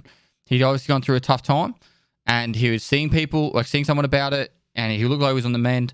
Literally the day before it happened, he was playing golf with my friends. The next day, he didn't answer his phone from his mum, and then she found him there in the garage, and he hung himself. So just because someone looks good doesn't always mean they are good. So make sure you ask the questions, the hard questions. Are you all right? And spend time with people, and most importantly, spend time with people and make sure that you are. Don't pass up the opportunity to spend time with the people you care about, because you never know. It might not be a mental illness side of things. They might be in a car accident. They might be, something might happen to them, and you miss that opportunity. So, I don't want to make it feel like it's your own fault. But obviously, if you are busy, But don't be lazy. Take the time to spend time with people you care about and you love. Hopefully, that wasn't too dark for you guys. Not a question. Just want to say you fucking rock. You're a good inspiration for others to do good. Thanks, mate. Why does this game feel like Call of Duty with extra steps? It's because some people treat it like that. But though people that play it like Call of Duty are the ones that are also going to die to the people that are playing it slow and methodical. So, all your sweaty WQ streamers, the ones that are running around killing everyone, that are also sweaty running around WQing, are the ones that also complain about the person that shot them, that was hiding in a corner or hiding in an angle that's really good and killed them. So they're allowed to play like that because that's how the game is designed, and You can play this game however you find it enjoyable. So Just popping in to drop Prime. Don't want to spoil my YouTube hardcore enjoyment. You're No, the dude. best pest. I'm not filming hardcore anymore. So Clash Loss, I finished hardcore a while ago. So you can pop back in whenever you want, mate. But thanks for the 3 months, dude. What is it that gives you drive in life to be the best you can be? I don't want to feel like I lived my life and I don't want to feel like I went through life and didn't live. That's pretty much the motto of my life. Right? So like I said about a little bit earlier about the bucket list thing and that. My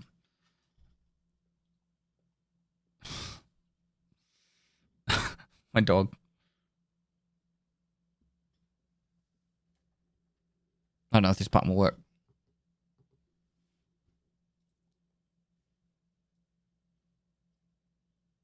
She moved. Oh, she's still there.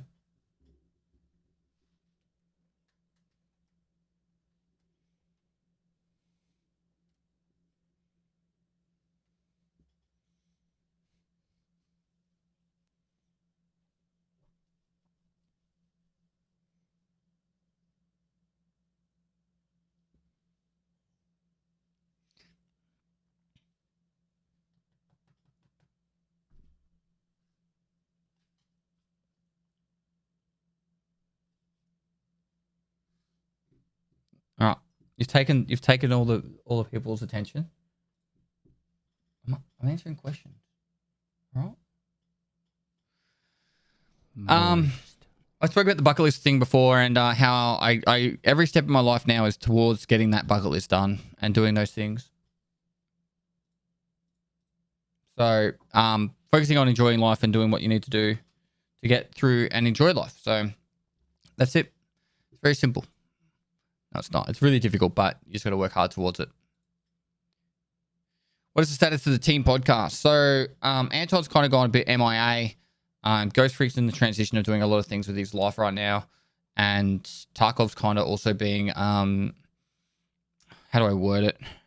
Tarkov's kind of been in a position where it's like, if we just talked about Tarkov, there's not really much to talk about. Like, I don't really want to just sit there and just talk about Tarkov when there's nothing to talk about. So, like, even with the last wipe, there wasn't really much added in the last wipe. So there was the Woods expansion, but that was about it. So I can't talk about a lot of stuff that we've already spoken about. So to me, I'm still mates with everyone in the team, but it's just we just got it kind of on pause. I'm actually in the process of starting a podcast with Kiki, which it's going to be really cool. I'm really excited about that. What is your fondest memory of your streaming career so far? Probably raising the million for the kids. I think that stream was really cool, and it was the therapist stream, wasn't it? And Nikita replaced me as therapist, and us raising the million for the kids is just it's something I'll cherish for the rest of my life. As a community, we were able to achieve that. So thank you everyone that was involved in that, and also the people that helped raise the 122,000 the other day.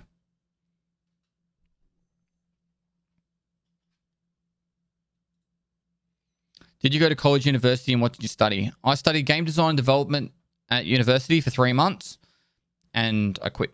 I didn't like it. I thought, what the fuck am I doing? Why am I doing this? It was like, I can't remember what it was called, but I think it was like computer fundamentals, and it had this like the most stereotypical bloody IT professor, and he had the most monotone voice ever, and he was talking about like pretty much computing, and it was so dry. It was like the rules of computing, and I was so dry, and I was sitting there falling asleep, and I'm like, I'm out. No, it was like talking about the law, like the rule and the coding of computing. I was like so fucking done with it. I'm like, that's it, I'm done. So I quit. What was your favorite childhood memory? Probably riding my bike around Lara. It's a place just out of Geelong. Well, it's pretty much connected to Geelong now. Where I used to ride to the Yangs, and we used to like ride around and have fun. All my mates and I still catch up with most of those mates too from primary school. that was really cool. That was probably up there as my most favorite childhood memories. Just growing up as a kid, being a kid. I played a lot of computer games and stuff as a kid, but I also loved being outdoors. And I still do love being outdoors.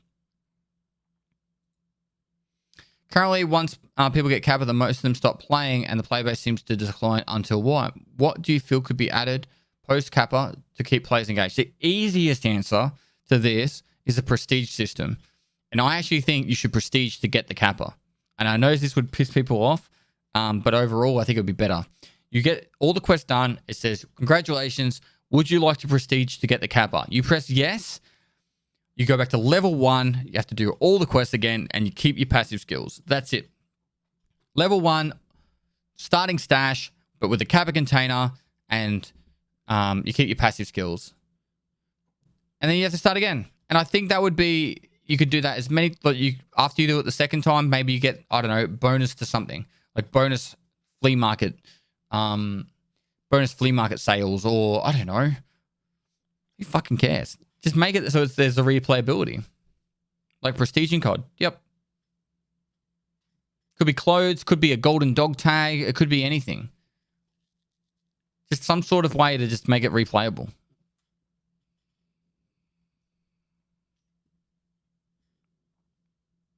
I could have gotten the cover, but I didn't commit to shoot him on his cancer. What should be the rewards for each season after what? Special clothes, titles? What do you think? I don't know. But yeah, that there's the easiest answer to this question here. From Iron Fox, hey Pesty, when you were getting more into streaming, were you afraid if you went full time that you would not be able to make enough money to live a well-good life? I don't know what that means, but I'm guessing like to live life properly. So I was working as a part-time firefighter when I started streaming, and my wife had a full-time job. When I went full-time streaming, my wife still had a full-time job, and she was paid quite well. So there was never that actual fear that like, hey, if my stream goes to shit, we're going to be homeless. It was just a matter of how far can we take it. And then once we got to the point where the stream was really starting to kick off, my wife quit her job then to help me out, was when that kind of nervousness kicked in. But every sign was showing that we were growing. And the only thing that would really stop that was if Tarkov was just to disappear off the planet. So I'm not too worried anymore, and I don't think I need to be worried. But there was times that it was like, hey, I need to work hard here, and that's why I literally did stream and make YouTube content non-stop for the first pretty much 3 years of my career. I didn't stop, so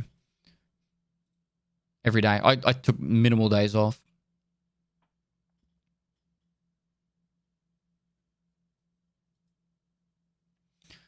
What would you say to someone that should visit the Netherlands or live there? Would you say to someone that they should visit the Netherlands or live there? If you want to travel Europe and you want to live in a country that everyone speaks English and they got really good internet, Netherlands is a great place. It is quite cold. You're not going to be living the whole luxurious European life of traveling around, eating in cafes out in the sun all year round. But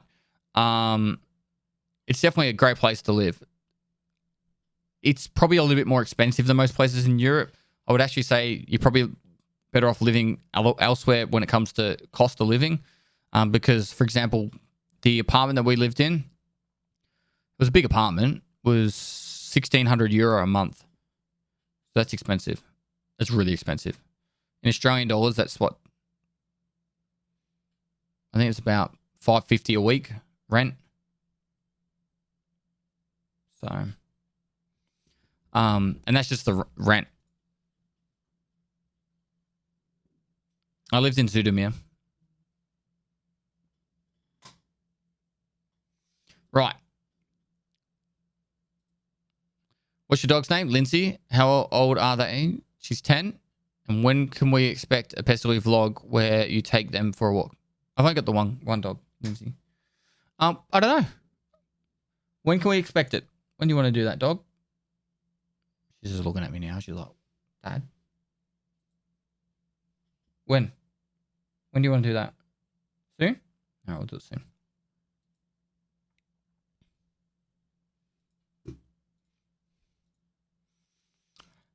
How has seeing major success as a broadcaster affected you on a personal level? Do you feel any pressure to perform? And if so, how do you manage that? I feel no pressure to stream. I'm being legit, chat. And I stream because I enjoy it. I am very lucky for the fact that we are now very financially stable. Because of this like success and you guys doing it, supporting us so well.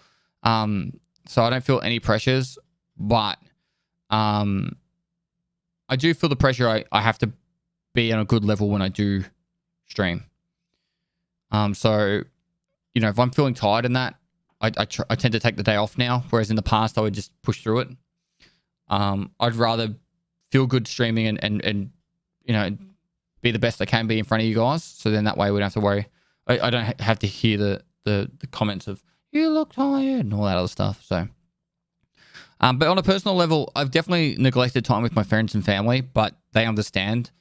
And the aim is to make it so then I can spend more time in the future. So instead of me working a 40-hour work life, 40-hour week work life for the rest of my life, you know, I'm hopefully taking years off that, so I can actually have some kids, spend time with my kids growing up, and not have to work, you know, full time for my whole life for the rest of my life. So that's the aim, at least.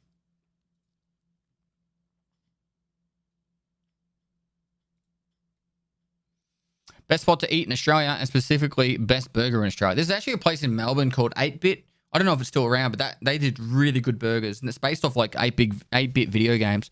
That was really good. But it's best spot to eat in Australia.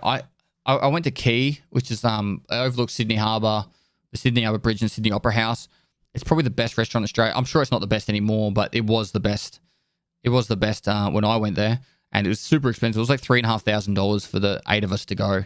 It was a special event for my cousin's 30th, and it was incredible. It was literally the best food I've ever eaten in my life. So, but yeah. It was a little of a treat to do that.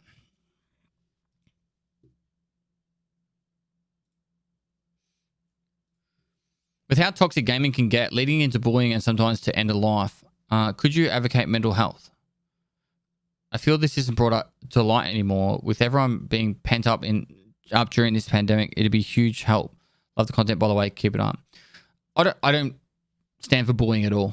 I know I pick on people in chat from time to time, and I understand that sometimes I tread the line, but I generally don't.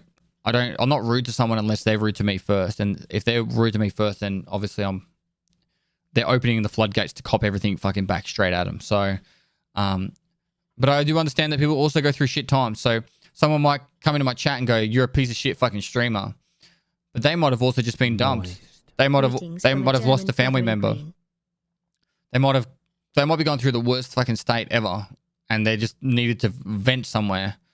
So if I rip into someone too hard, then obviously I could be worsening that situation. So I generally try to avoid it, but sometimes I need to just vent myself back at them, and these things happen. But I definitely think mental health is a big issue, and the pandemic isn't helping that. But I feel like I advocate mental health stuff a lot, don't I? I might not be like financially supporting it with charity events, but I definitely talk about it as a community. So, right? We bike. You're on Dr. K, so that speaks to that a lot. Yeah.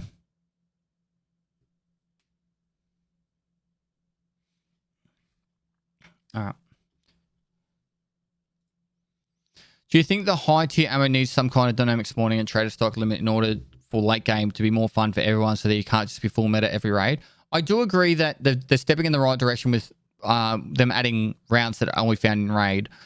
I think they could definitely tighten it up a little bit. I definitely feel like they could make it that a lot more rounds are just found in raid that are high tier, but you could find them a little bit more readily available. So, for example, the big green ammo crates or weapon crates, that they could actually have 5 or 6 stacks of ammo, but different types of ammo. So I think they could definitely work on that. And pestily moist, it would have a flow-on moist, effect. pestily moist, Effect. pestily moist, pestily moist, pestily moist, pestily moist, pestily moist, pestily moist, pestily moist, pestily moist.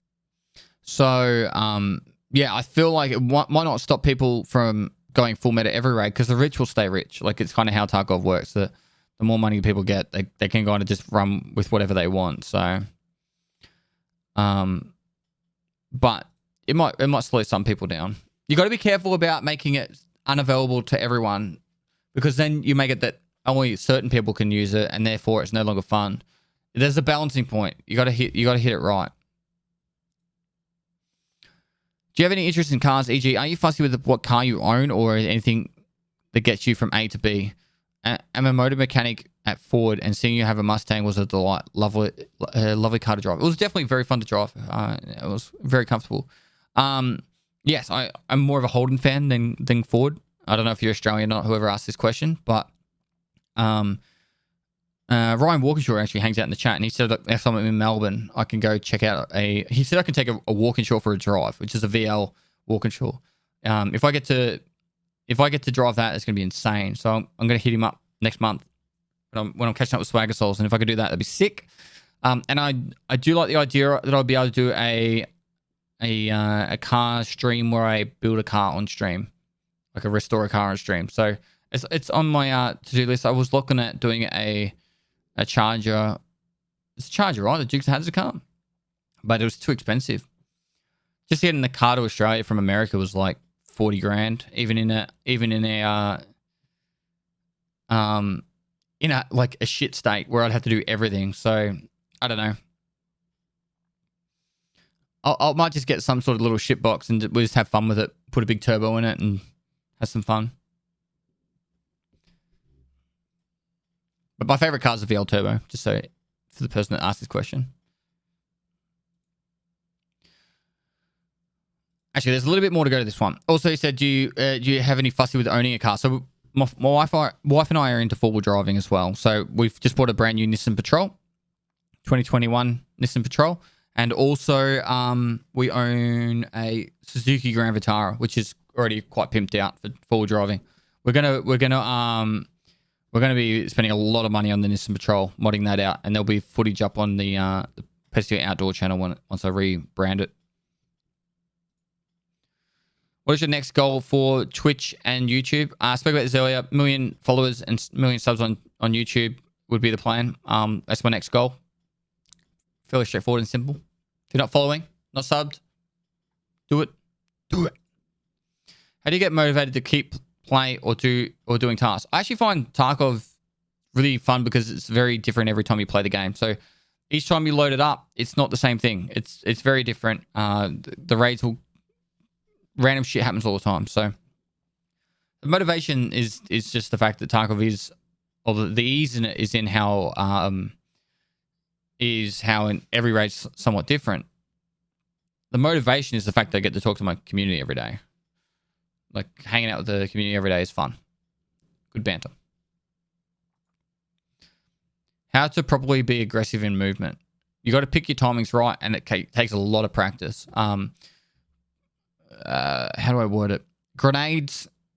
You need to support your movement with grenades, and you need to be ready to pre-fire the corners when you need to. So it's understand where people hide. It's a bit of a learning factor. Knowing where the people like to hide and hold angles is going to be the biggest thing. And then on top of that, you need to focus largely on just being prepared to be adaptive to the situations and use support with your grenades. If you're starting now to content creation, what balance would you strike between a tech job that can take 10 to 16 hours up a day streaming and creating content for other platforms? If you want to start content creation like this, it has to be a hobby. Remember to show your mum some love. Happy Mother's Day to the mums in chat. This has to be a pure hobby. Because if you're spending 10 to 16 hours of your day in your job,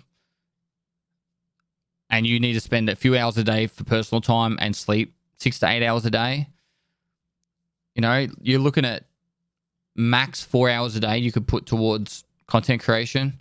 And I would say of those 4 hours, I would put towards YouTube and learning the YouTube way of things. Because for streaming, I don't see how you could make a successful stream work. Streaming 4 hours a day, you might make it. You'd need just doing streaming for 4 hours a day would be very, very hard to be successful. You would need to do streaming and YouTube, but if you're only doing 4 hours a day, where are you going to put that time? So you're going to put it towards 2 hours towards YouTube, 2 hours towards Twitch. Then 2 hour streams are very, very short. That'd be really difficult. And if you do 2 hours towards YouTube, you wouldn't be able to make a video. It'd take you like 3 to 5 days to make a video. So where's it all balance out, you know? So yeah, that's pretty much it. Just you have to treat it like a hobby and just have fun with it, mate. And if you start to really enjoy it, take some time off your job, take a week off, take a month off, and then try and do it. Try and take a really solid stint of doing it like 4 weeks straight and see how it goes. When the world gets a grip on COVID, would you consider traveling outside Australia? Yes. Australia to do IRL off-roading streams, the America or other places in the world. Yes, we're going to travel again. As soon as we can, we will travel again. And IRL off-roading is really difficult because of the internet. So I would just do YouTube for it mostly. Is it for Vormed? Thanks for the tier 1. FFS Youngsy, thanks for the 13 months, dude. Axel TV, thanks for the 14 months. Ayaya. Yoko Shunabundi. Ayaya. For Vormed, thanks for the tier 1. I missed some other subs. Thanks so much, guys. Razakin, thanks for the 15 months. Ridicule, thanks for the prime. Troprix, thanks for the 2 months. Grim Reaper, thanks for 400 bits. Mayhem Mo, thanks for 16 months. Cole Boo, thanks for the prime. Would you ever consider hosting or taking part in more casting style events like Punisher? Yours and Dan's dynamic as a kind of caster or gaming expert was fantastic. I got invited to do Twitch Rivals, but due to the fact that the contract was a little bit, I don't know the wording for it. There was concerns with the contract, which normally the process is I get a contract, I read it over with my wife. If there's any concerns, I send it to a lawyer. Twitch Rivals is literally in like 4 days, and it's a weekend. I ain't getting a lawyer to get it done in time, sign it, and hand it back. So, it's just not possible. But definitely in the future, I'm open to doing more casting events. And anything with Dan is fun. Anything with Dan is fun. Favorite person to play EFT with? I spoke about this earlier. Swagger Souls, Aqua FPS, Quattro Ace, and Deadly Slob are always great to play with. Will you do a raid speaking only in Indonesian, such as giving directions, movements, and other things you say in the raid? Probably not. I don't see how it would be content, and I really appreciate your and it would just stress me out because if I said something wrong, especially regarding content creation. Thank you. No, it's Hurricane. If I said something wrong, then my Indonesian fan base, however small, Indonesian/Malaysian fan base, no matter how small, might be mad at me. So I don't know. I'll consider it. I'll think about it. What role has consistently played in your success, and how do you maintain the ethic motivation when it feels hopeless to continue? I want to be completely honest. I never felt like it was hopeless for me to continue. If it feels hopeless for you to continue, you need to find why it feels hopeless and then change that. Like if you feel like you can't be discovered and that's making you feel hopeless, then you need to find a way to become more discoverable. If you feel like there's no time in the day to stream and that makes you feel hopeless, that you don't have enough time to stream, then you need to make more time in your day. You know what I mean? Like, so it's the hopeless part is a self-imposed feeling, in my opinion. All right. You're making yourself feel hopeless because of the factors and you're letting that happen to you. So, and sometimes it's not directly you letting it, but effects of certain things are making it feel hopeless for you. So you need to work out what's doing that. So the roles that the consistency that played in your success, I'm very goal driven. So I worked really hard on making a successful YouTube and Twitch channel work at the same time. And also constantly working hard to give the best quality content I possibly could. being creative is like a muscle, and I think schools. I never would have said this when I was at school, but schools should put more focus in arts and craft, and creative subjects like woodwork and metalwork and drama and all that stuff. It's like a muscle. The more you use it, the more creative you'll be. I see stuff now, and I instantly feel like, I look at someone making content or someone's business, and I instantly think of ways now how I would improve that business or how I could increase the creativeness or the quality of that content. It's just a natural thing that happens to me now, and it happens straight away. And I have multiple ideas very quickly. Whereas 3 years ago when I started streaming, I would have been so slow at doing it. It would have been really hard. So it's a muscle that you need to like constantly work with to make better and better.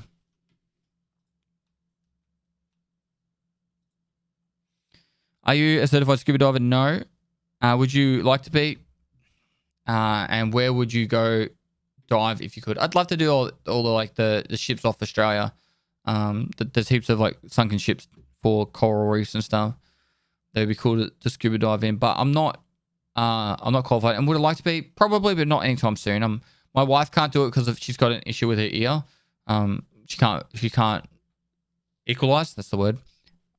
You do that to equalize. You get to see the Cats smash the Tigers on Friday. I did. So yeah, she can't equalize, and so she can't do diving. So for me, I feel like it'd be something that I would have to do by myself. So I'm in no rush. Any spare time I got right now, I spend with my family. Hey, I've been watching you for a few years since I was 14. I was wondering about some older content and their potential return. Is Pet Love, The Pews, or Purges ever going to return, as well as any other discontinued content? Pet Love, we have a Pet Love channel on the Discord that if anyone wants to post their pet pictures, they can right there. And the Pet Love was part of The Pews, where I'd show a YouTube video with the weekly Tarkov news, and I would show people's pets in that video. The Pews, I would love to redo in a new high quality format. I just don't know how I would do it. And I would do it as part of a series for a bit of fun, but that's it. Purges definitely will not be returning. Just for the fact that viewer runs are nearly impossible because of the ping and the DMCA issue with the audio, and I don't need to monetize my content anymore in a way to pay for the bills or increase my quality. So I could do it in a different way. If anyone doesn't know what the Purges was, the Purge was literally if someone donated a certain amount of money, say, I think it was like 1,500 bits, anyone I was in a raid with, there was a 20-second countdown. I used the Purge's audio to do it. There was a 20-second countdown. At the end of the 20 seconds, we turned on each other and could kill each other. So it was actually quite fun. And I used to just do viewer runs where I would have the Purge kick in whilst I was doing runs with viewers. So if Sufferal Scots me, how does it affect her ability to fly? She's all right. She has to she takes Mentos with her so she can chew on something. Helps her equalize.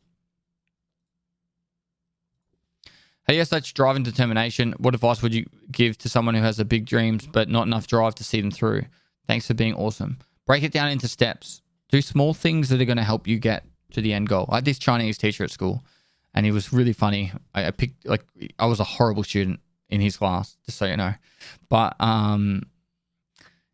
the thing he used to say is like, you are here and you want to get to here. And you can't just go to there. You have to take all the steps in between. So you got to find out if you got a big dream, you want to travel the world, you want to make something, or you want to do something. You have to figure out all the little steps in between, and take every step you can to get to that dream. So, traveling the world or doing an achievement, it all starts with one step. I know we did a bit of a meme video for the whole the Moist Range release. But it was true when I said, like, it's just one step. First step's the hardest. And then you got to slowly build them all up. You build up to the end. So, yeah.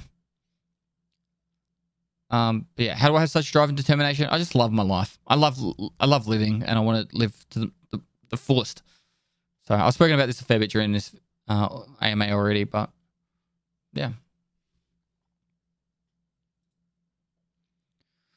What is your monthly income from streaming and YouTube, etc.? I actually didn't expect this to come up.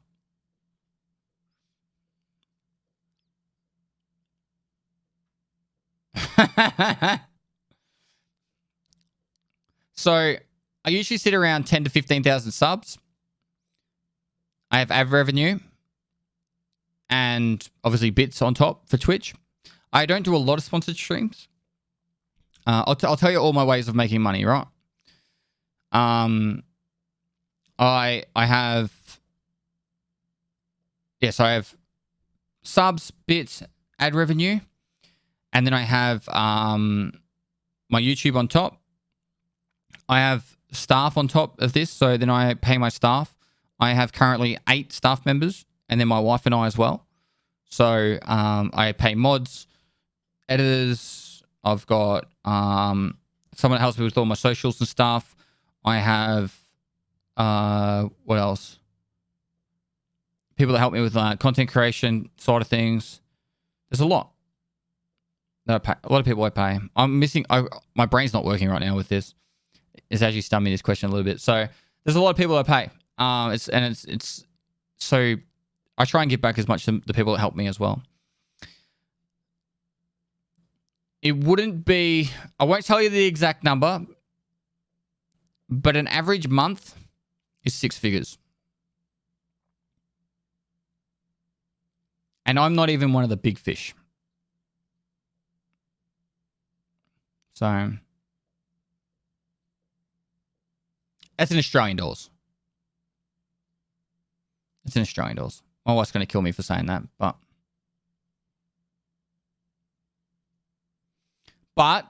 obviously staff wages on top. And my staff wages are, I don't want to say it specifically, but I would say my staff wages are quite high. I pay my staff quite well.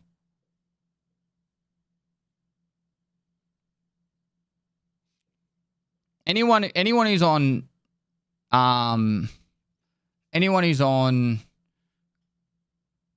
to 20,000 subs with sponsors and all that will be making 6 figures.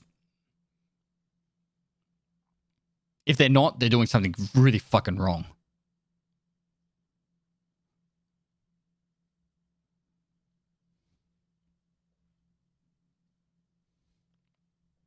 But that's not okay. I got to be very clear. That's not every month, but that's a pretty Hey Pest, just decent about the average month. Any time frame on your decision. Also happy 4 months. You guys can do the math. Like, I've had 28,000 subs at one time. So you do 28,000 subs, I get between 2.5 and 3.5 a sub on that. You know, there's nearly 6 figures just in subs alone.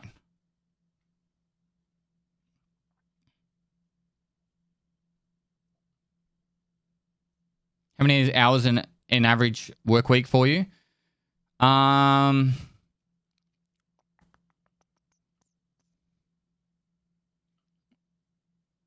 a week, 80, maybe 100.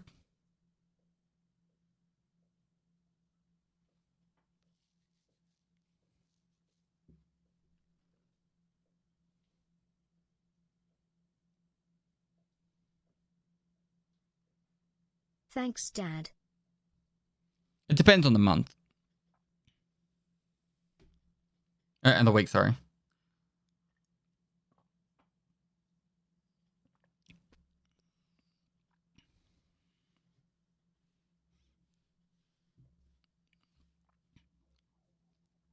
If you ever need to hire someone to shine your shoes, hit me up. I'm looking for an editor right now. So there's what do you call it? There's a form. Actually, isn't it exclamation mark editor job? Yeah, exclamation mark editor job. That should be in my title. Applications close on Friday.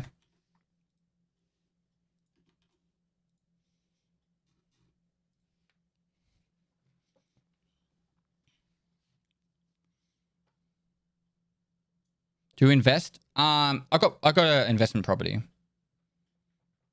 which is the house that I own. My house. My mum got me this, made me this oats, but we're out of milk, so I don't know if she used the almond milk. And the almond milk didn't taste very good yesterday. And she did.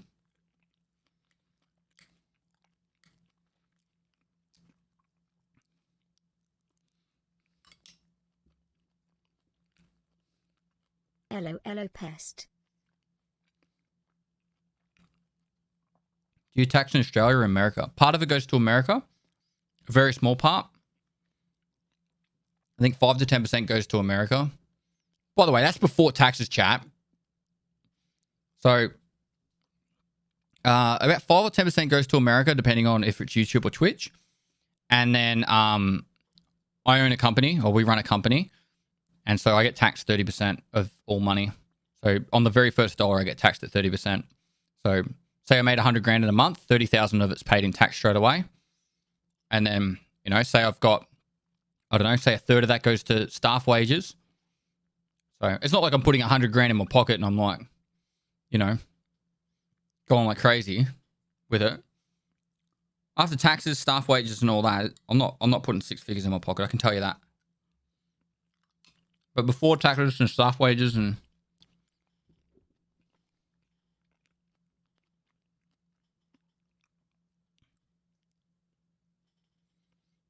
it's a mandatory thing for Vomond. So there's a thing where it's like, I don't know how it works exactly, but every company, so every country has a trade treaty with people.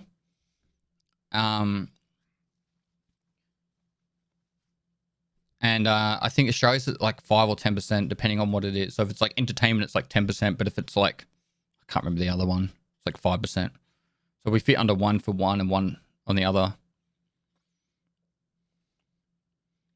But I'm pretty sure that tax gets credited across to Australia. I don't know how it works exactly. I pay an accountant for that.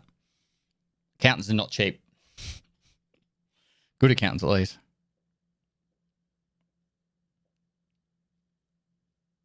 So companies taxed with income invoice, not by profit at the end of the year. I don't know, man. That's why I pay an accountant.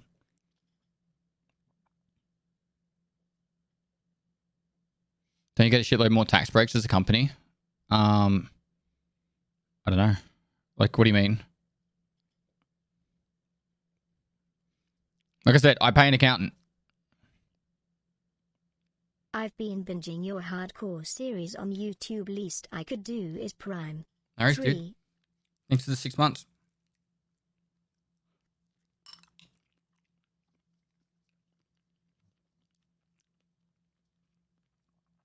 The first Twitch shots where you're holding 100,000 viewers, did you figure out how much you got for running an ad? Not how much to run an individual ad, but that 44-hour stream, I think it was about $14,000. I think. Oh, maybe a little bit more. I don't know, or a little bit less. I can't remember. It was insane. I pressed the ad button every time it came up. Yeah, like I said, it was insane.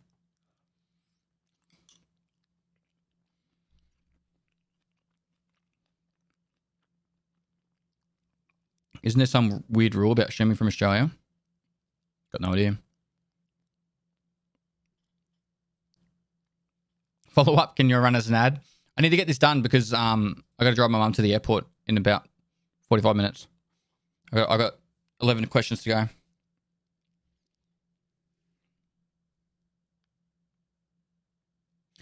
Don't question, but do you get more per view on an ad as a partner than I do as an affiliate? I don't believe so.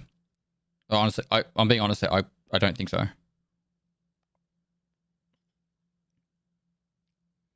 Regarding the editor's job, is there an estimate on work hours per week? 40 hours a week. It's a full-time job. I've got it's in the application form. There's a link and it says all the information. All right. What's your favorite memory from your childhood? We've already spoken about that one. Do you like cheese? If so, what do you like to put it on? What is your favorite type? Pizza and sausages. I like to put like on my hot dogs and stuff. But I don't call them hot dogs. We have sausages and bread. I put cheese on that too. What type? I don't know. Mozzarella? I don't know. I'm just like a dude that just likes eating. I like all the cheeses. My wife does all the brie with the dips and stuff, and she puts them on a platter for me, and then I eat it all.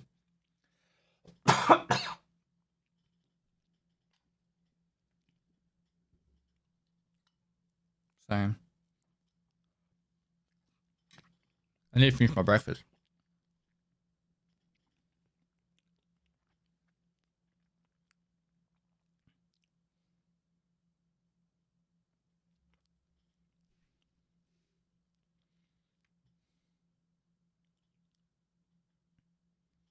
All right. Next. At the start of what you said, maybe not jokingly, this would be the last what. It's hard to accept this game could move beyond needing one every 3 months. How do you reconcile with a future in that? I was joking. So the game originally was going to be once the game was released, there'd be no more wipes. But even Nikita said that he doesn't see this game happening without wipes.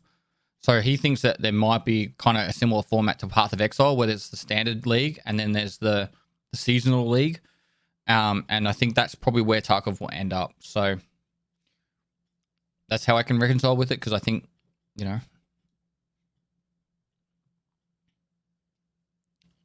see. I have to wait and see.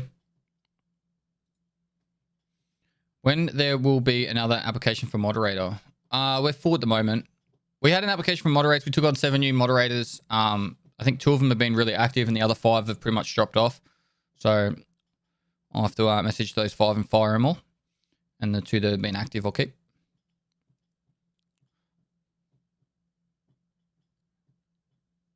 It's generally what happens.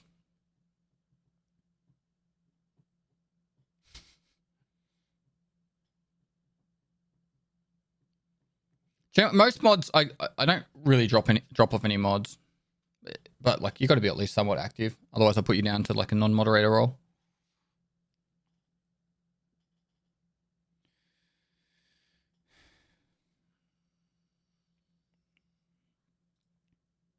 How you get so thick. I bodybuilt from when I was about 19 to about 23. And I was very strict with my my gym workouts and my diet. My max deadlift was 204 kilograms. And max bench was 141. I can't remember what max squat was. It was a lot. I didn't really like squats a lot because I always felt like it was too much pressure on my shoulders, spine. Whereas like lifting something up is a little bit different to having all that pressure down on your back. So I never went full max on squat. I always felt really nervous with it. Moist. So yeah, I used to be really, really strict with my working out. That's how you get so thick. Gamer time. Thanks for the 4 months, Sunline. How hard would it be for someone with little to no experience to get into video editing, learn the skills, and find a full-time job doing it? I've been very interested in it for a very long time, but have just been afraid that I won't be able to make the salary I make right now to keep food on the table for my kids. Thanks, Beth. Start it as a hobby. Anything you think you'd enjoy doing as a job, start it as a hobby and do it for a bit of fun. The first step's the hardest part, but I guess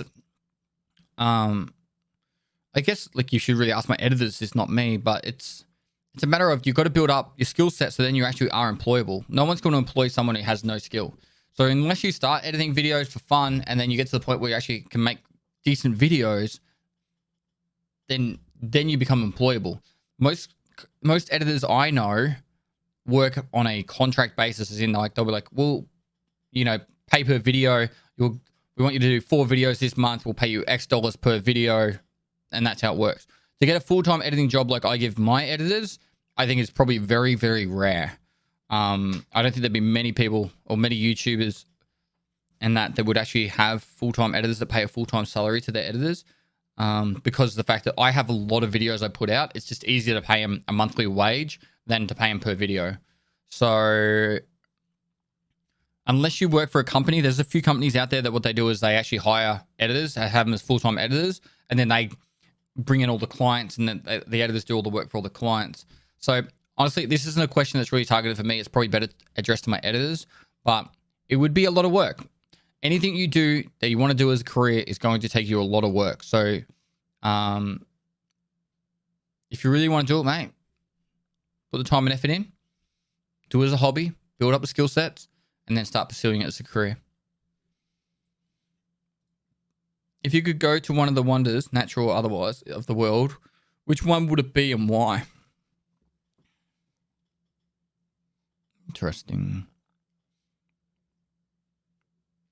Probably the pyramids. I think the pyramids would be really cool. I've heard they're underwhelming, but my mum and nana have always wanted to see them. I don't think my nana has, so I think it'd be cool if I could go and see it. That's probably it for me.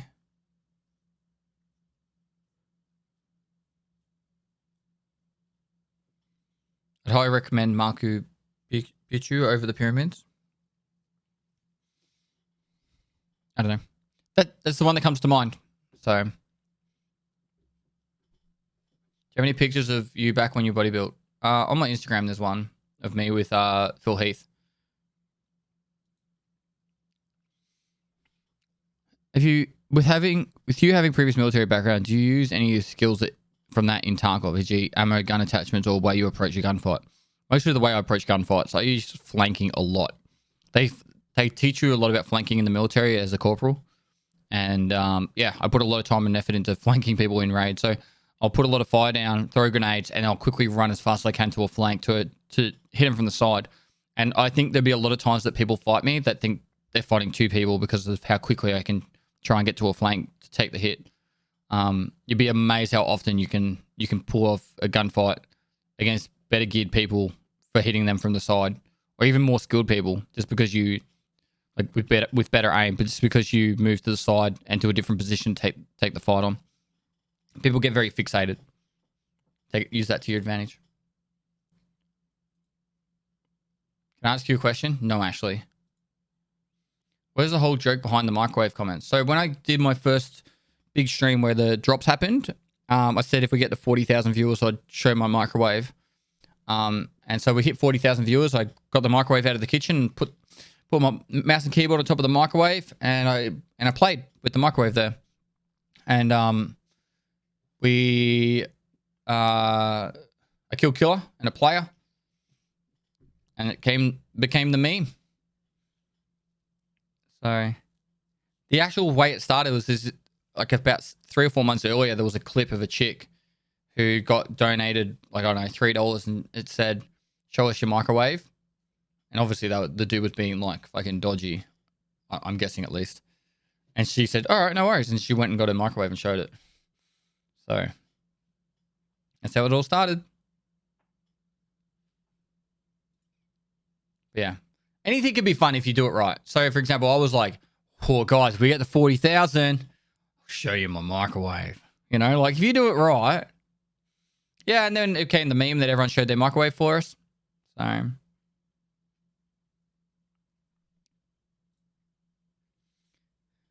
what's your favorite fish to try and catch, and what's the biggest fish weight you ever caught? Favorite fish, I usually just try and catch squid and King George whiting. They're always fun. King George whiting and squid both, well, mostly King George whiting can put a good fight on, which is fun. And biggest fish, I already spoke about this before, but 52 centimeters was the biggest King George whiting that I've ever caught. So, guys, or as Ludwig would say, boys. That's it. That's all 93 questions. You guys enjoy it? Moist.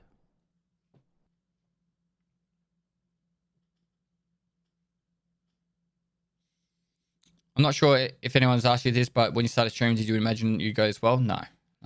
I started streaming to make friends, guys. Like, legit. This wasn't to make money and be famous or anything. Like, not I'm famous, but I did it to make friends. How big's 52 centimeters? 1.5 feet?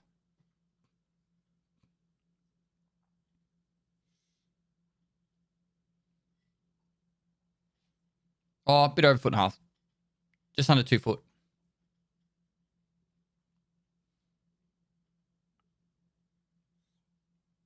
You gonna get spotted on the play taco someday? Maybe. Guys, I got to drive my mum to the airport. So a bit of a shorter stream today, but we thought we'd mix it up with the Ask Me Anything. Hopefully you guys enjoyed it. This video, I'll get it cut up and put up on our YouTube. Helped me a lot in Tarkov. Thank you for your work. No worries, dude. This will be up on the Unmasked channel. If you're not subbed to the Unmasked channel, this is where I post this kind of stuff. Oh, that was bad link. So, that's where you can find it. And I just post different kind of videos up there, just whenever I feel like it. It's a bit of fun for you guys to enjoy. Yeah. Not really much else I can say about that. That's all I got to say about that. So yeah, hopefully you guys learned something. Hopefully you guys enjoyed it. If you're watching on YouTube, make sure you like and comment for the YouTube algorithm. Maybe chuck some questions in the comments, and I might answer them. All right. Actually, I'll answer 5. You get 5 questions I'll answer. And make sure you subscribe. Notification.